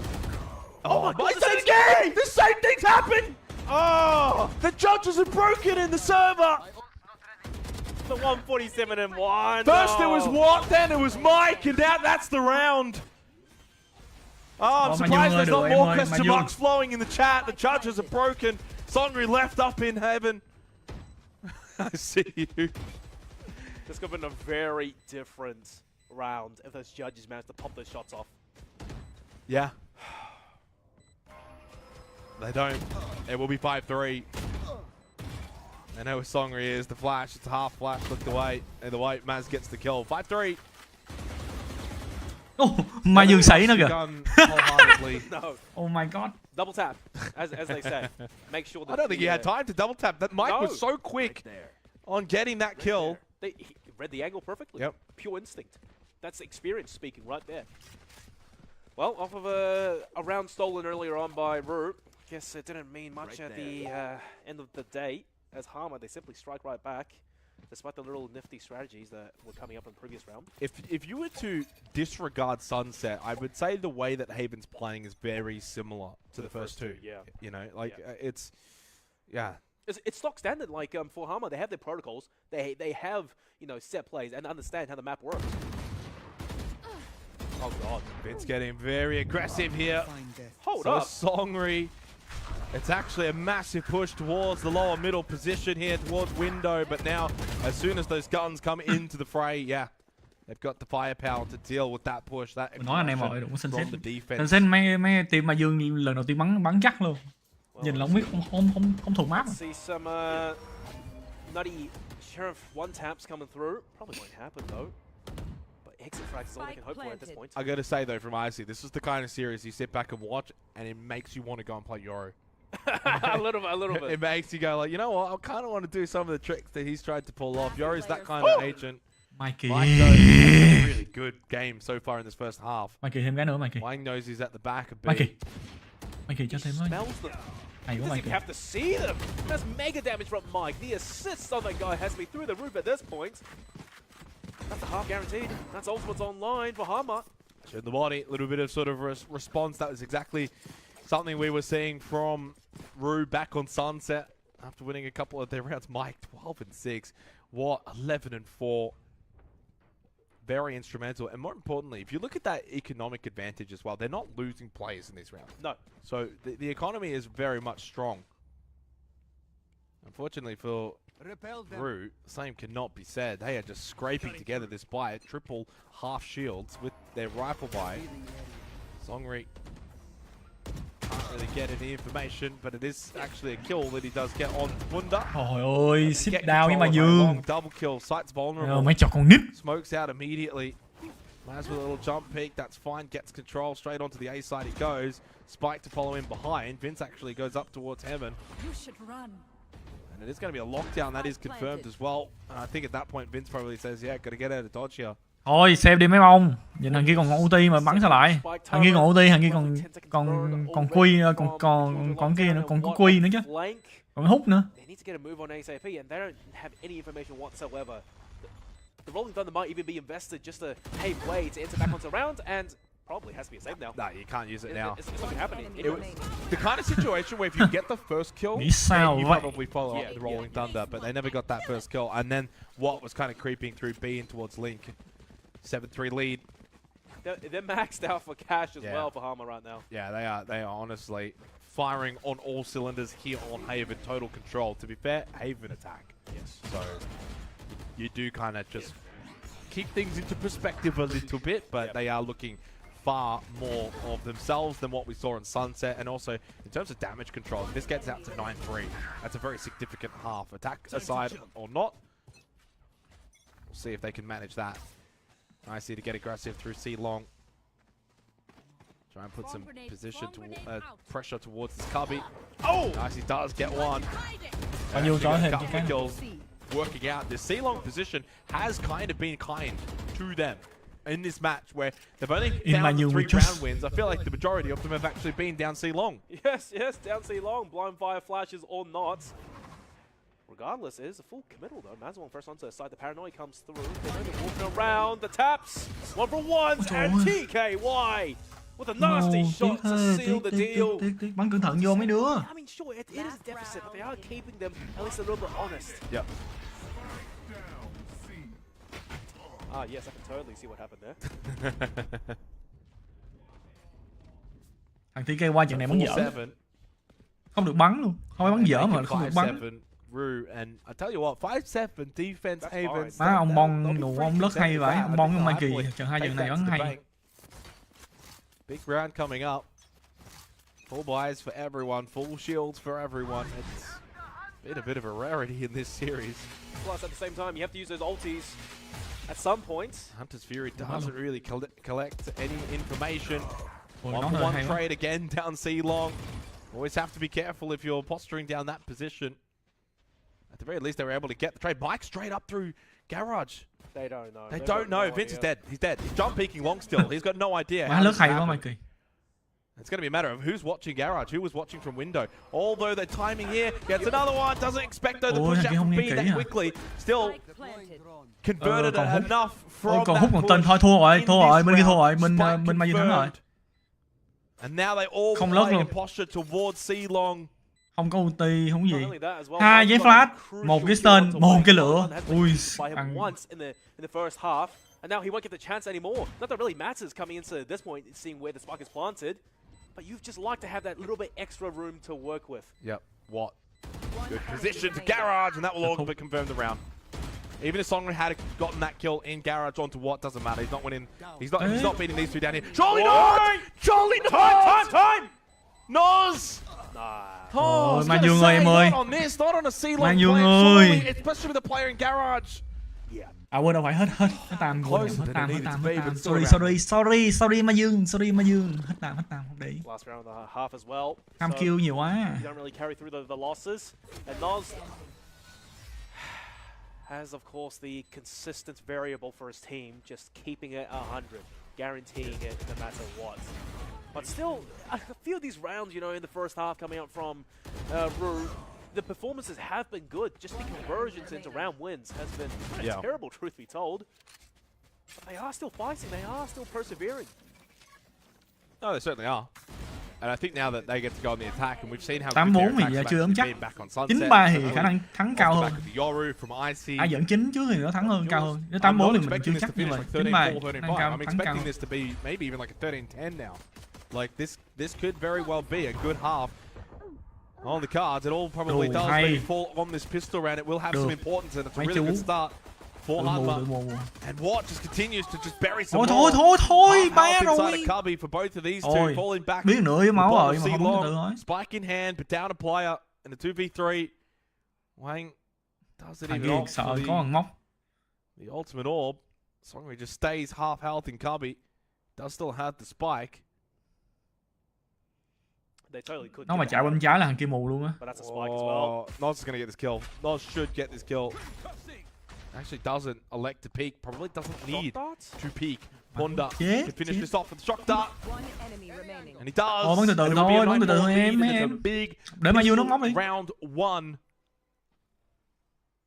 Bắn 3-2 rồi, bắn từ từ thôi. before they hatch. Oh, I will. They've hatched, mate. They've Mấy ông này ham mạng phải cái trưởng. Thề luôn, mấy ông này ham mạng phải cái trưởng. Thôi làm ơn bắn đi con, cẩn thận như mấy cha. Mazuong, ủa mày mua Mazuong mua cái, đừng có mua cái cây đó nữa. Mua cây đó nó phiền quá. Mua lục đi. Đúng rồi, mua Vector. Sting is though. I don't know, not in Haven. I don't know this one. Spectre, Let's just see which lane they choose to go. It has to be A, surely, like a sewer push. Or sewer A long. Could be B. I mean, I don't know about A. It's still quite long range. Just getting past those two initial angles. But they do have Jett, they do have Yoru. Yeah. And that's exactly going to be the play. It will be an A split. Although, they just stalled out themselves a little bit. Not electing to full rush it. Now they certainly will. Maz, they don't clear. Although he does actually. Oh, Icy again puts the Yoru on display. Up close though, Noz with the Spectre. Đừng chui qua khói. They're so slightly superior to those stingers that have been brought to the table. Noz with an SMG of his own. That's far superior. And at 10-4 after the force buy round. Rồi xong hết They tiền. are on the ropes in this best buy now for Rue. Cô đi bạn. Oh, this is not good. This is bad. They really hedged their bets there. And then TKY as well getting caught out in the open. I like the little micro strike on Ủa sao nó biết là thằng Zulu bắn không minh lắm luôn á. Nó biết là Mazuong bắn vô con boss nó tay lê trước luôn, nó tay lê trước khi thằng kia bắn. Mình mà. Nên Mazuong mới 7 tâm kịp á. Into half shield, it's going to be a very difficult round to win. So 11-4, you would imagine, barring a massive thrifty. Maz can cast, just falls back to the double box at A long. And TKY has slipped into sewer. That's not bad. That's a good kill on to Punda. That's a free gun. Maz has to be careful here. If he dies and gives another gun, he's flashed. He avoided some of it, but not all of it. The thrifty's on. Can be possible. Noz avoids that one, and they know it's an A push. Maybe just fall back. Although he stays aggressive, gets the kill onto TKY. Gun gone temporarily from him. That was one of the rifles. Picked up one away. And he got a double as well through Link. One behind, got collatted. Mike in a 1v2.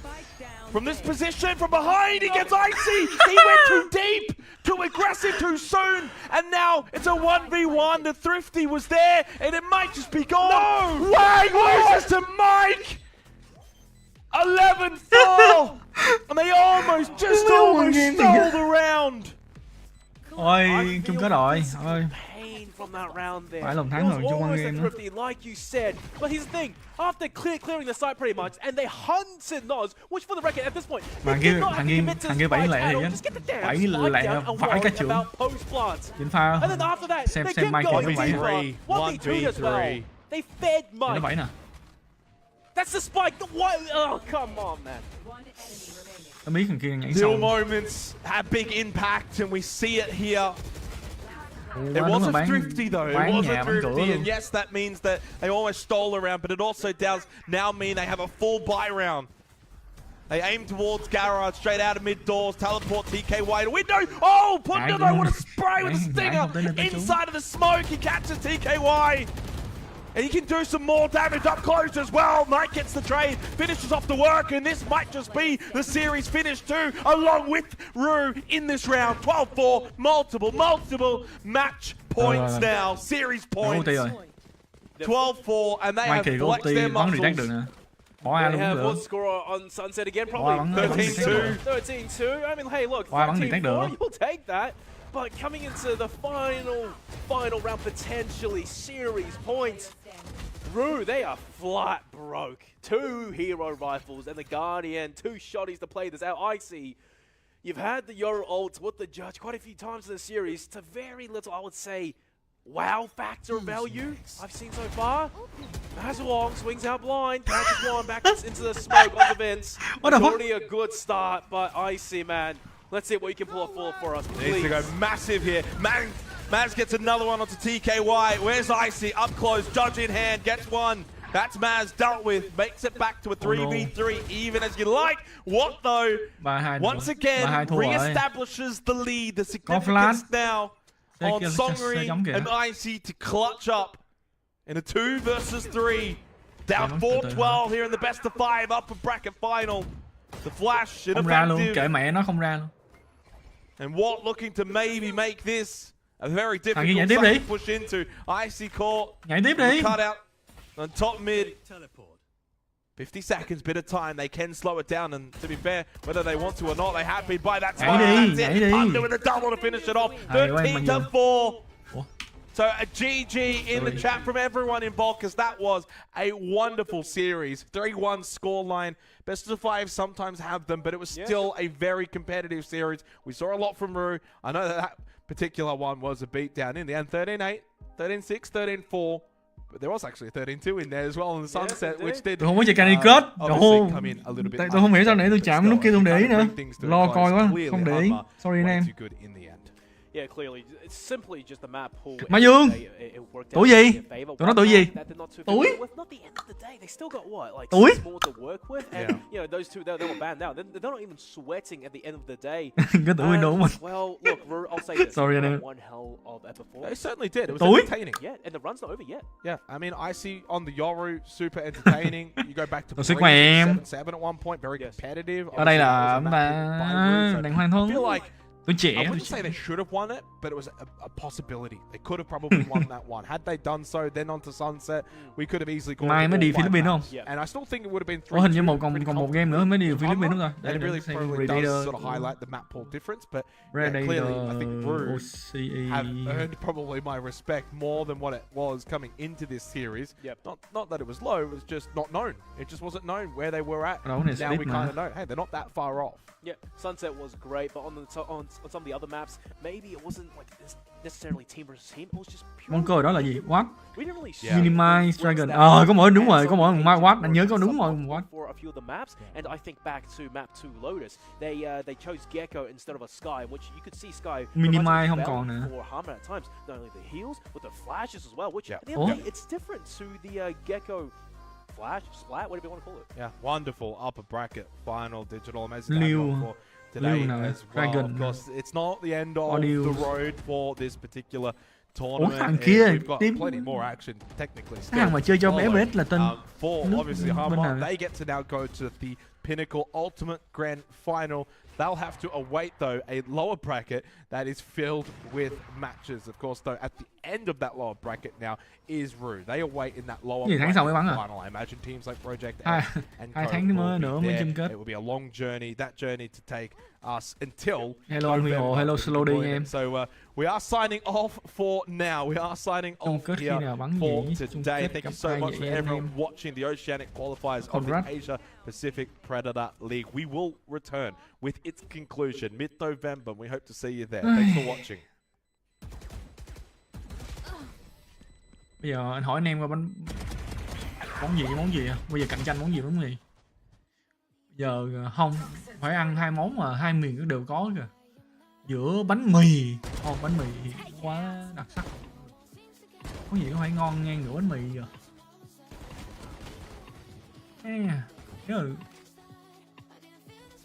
Đúng rồi. Giữa bánh mì với bánh canh anh em thích nào hơn? Nếu mà được ăn một món cho suốt cuộc đời của mình, anh em ăn nào ngon hơn? Em thấy ăn cái nào được hơn? Bánh mì, bánh canh mì, vài cái bánh canh mì, bánh mì là bánh mì chứ không phải là mì gói em ơi.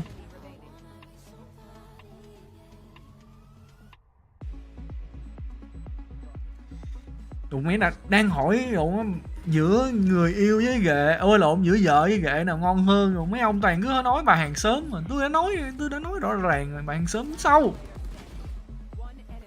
Cơm chiên rồi cơm chiên Dương Châu cũng được.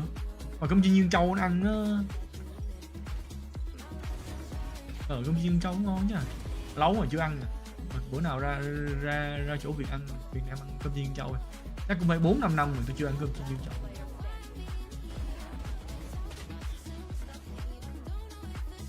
Bánh canh gì? Anh Huy lo bánh canh mì. Khi nào công bố áo mới hả? Tôi biết nữa. Chịu, anh không biết khi nào có áo mới.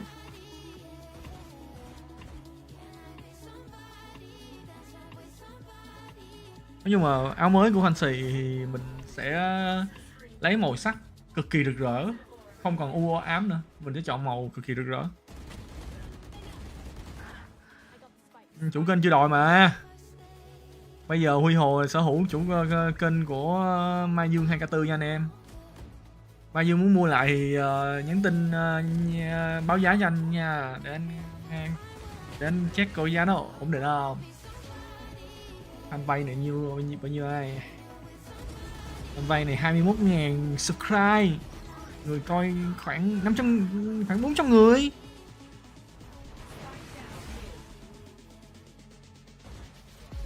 Không, anh đâu làm streamer đâu, anh không thích. Làm streamer mệt lắm, suốt ngày ăn chửi. Anh không thích làm ngành nào mà ăn chửi á, anh thích ngành nào mà có thể chửi người khác được. Ngành nào có thể chửi người khác được thì anh làm.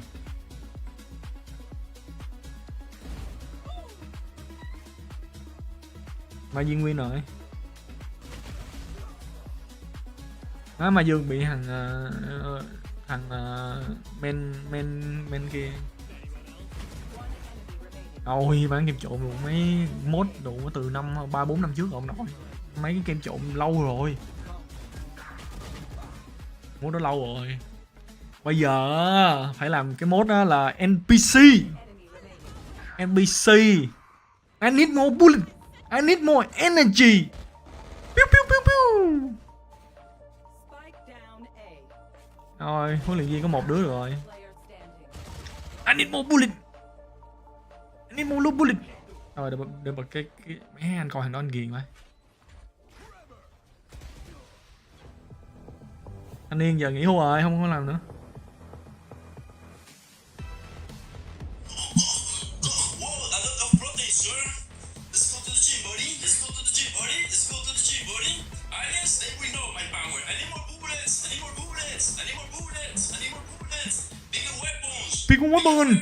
Bigger weapon.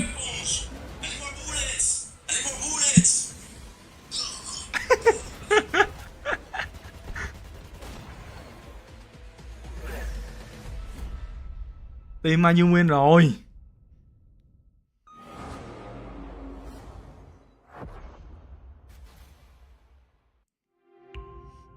Đó, kêu Mazuong giờ làm NPC chết cầm súng. I need more bullet. Không, làm chamber nhé. I need more bullet.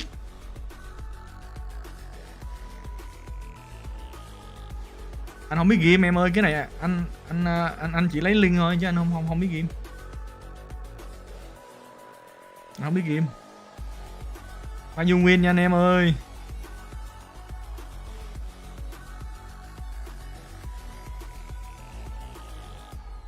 Mà vừa bắn hay quá em ơi.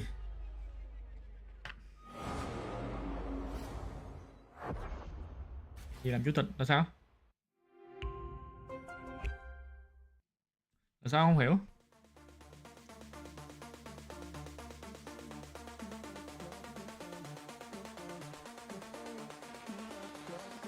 Làm ngành nào mà ít bị chửi với lại đi hay chửi người ta, anh thích ngành đó. Có ngành nào không anh em chỉ tôi? Ngành nào mà ít bị chửi?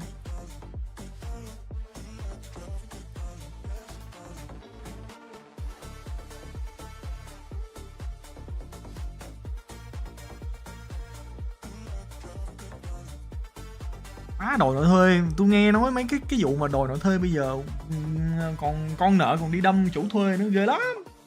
Không được. Với lại bây giờ Việt Nam nó cấm đòi nợ thuê rồi, không còn legal đâu, nó là illegal. Làm nghề nào nó phải legal nè, nó phải tuân theo tuân thủ luật nè. Làm cái nghề nào mà không đụng dính líu đến không ảnh hưởng đến pháp luật, đúng không? Nghề chân chính.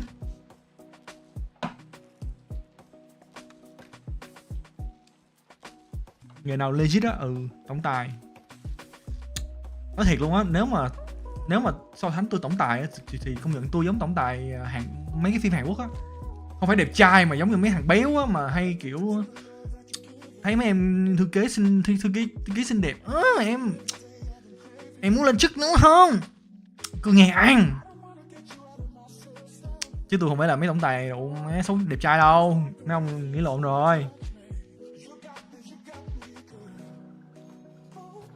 Về phải tốn cả tỷ rồi, đi đập lại cái mặt như vậy rồi, phải đi hút mỡ thì mới may ra làm tổng tài đẹp trai được. 3-1 rồi.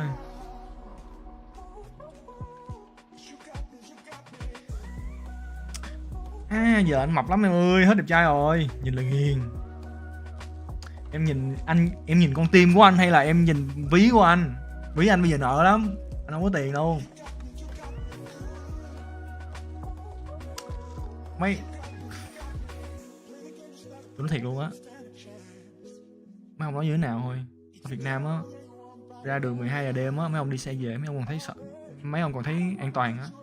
Chứ qua Úc á hả, 12 giờ đêm một đi xe hơi, không được đi bộ về, phải liền đi bộ về. Mẹ chả biết đâu ra. Má nó cầm nó cầm chai, nó cầm phóng. Bây giờ bên Úc nó có cái vụ cầm mã tấu, nó là lụi mình nữa, ghê phải cả chửi. Ok anh ốp nha, khi nào chuẩn bị nói anh nghe rồi. Không hả? Đừng đi hả? Ok thôi anh em ơi, bị làm chủ tịch đến đây là hết rồi nha anh em. Nếu mà chú mở Mazuong cho anh bắn chung thì anh sẽ kể chuyện tiếp với anh em à.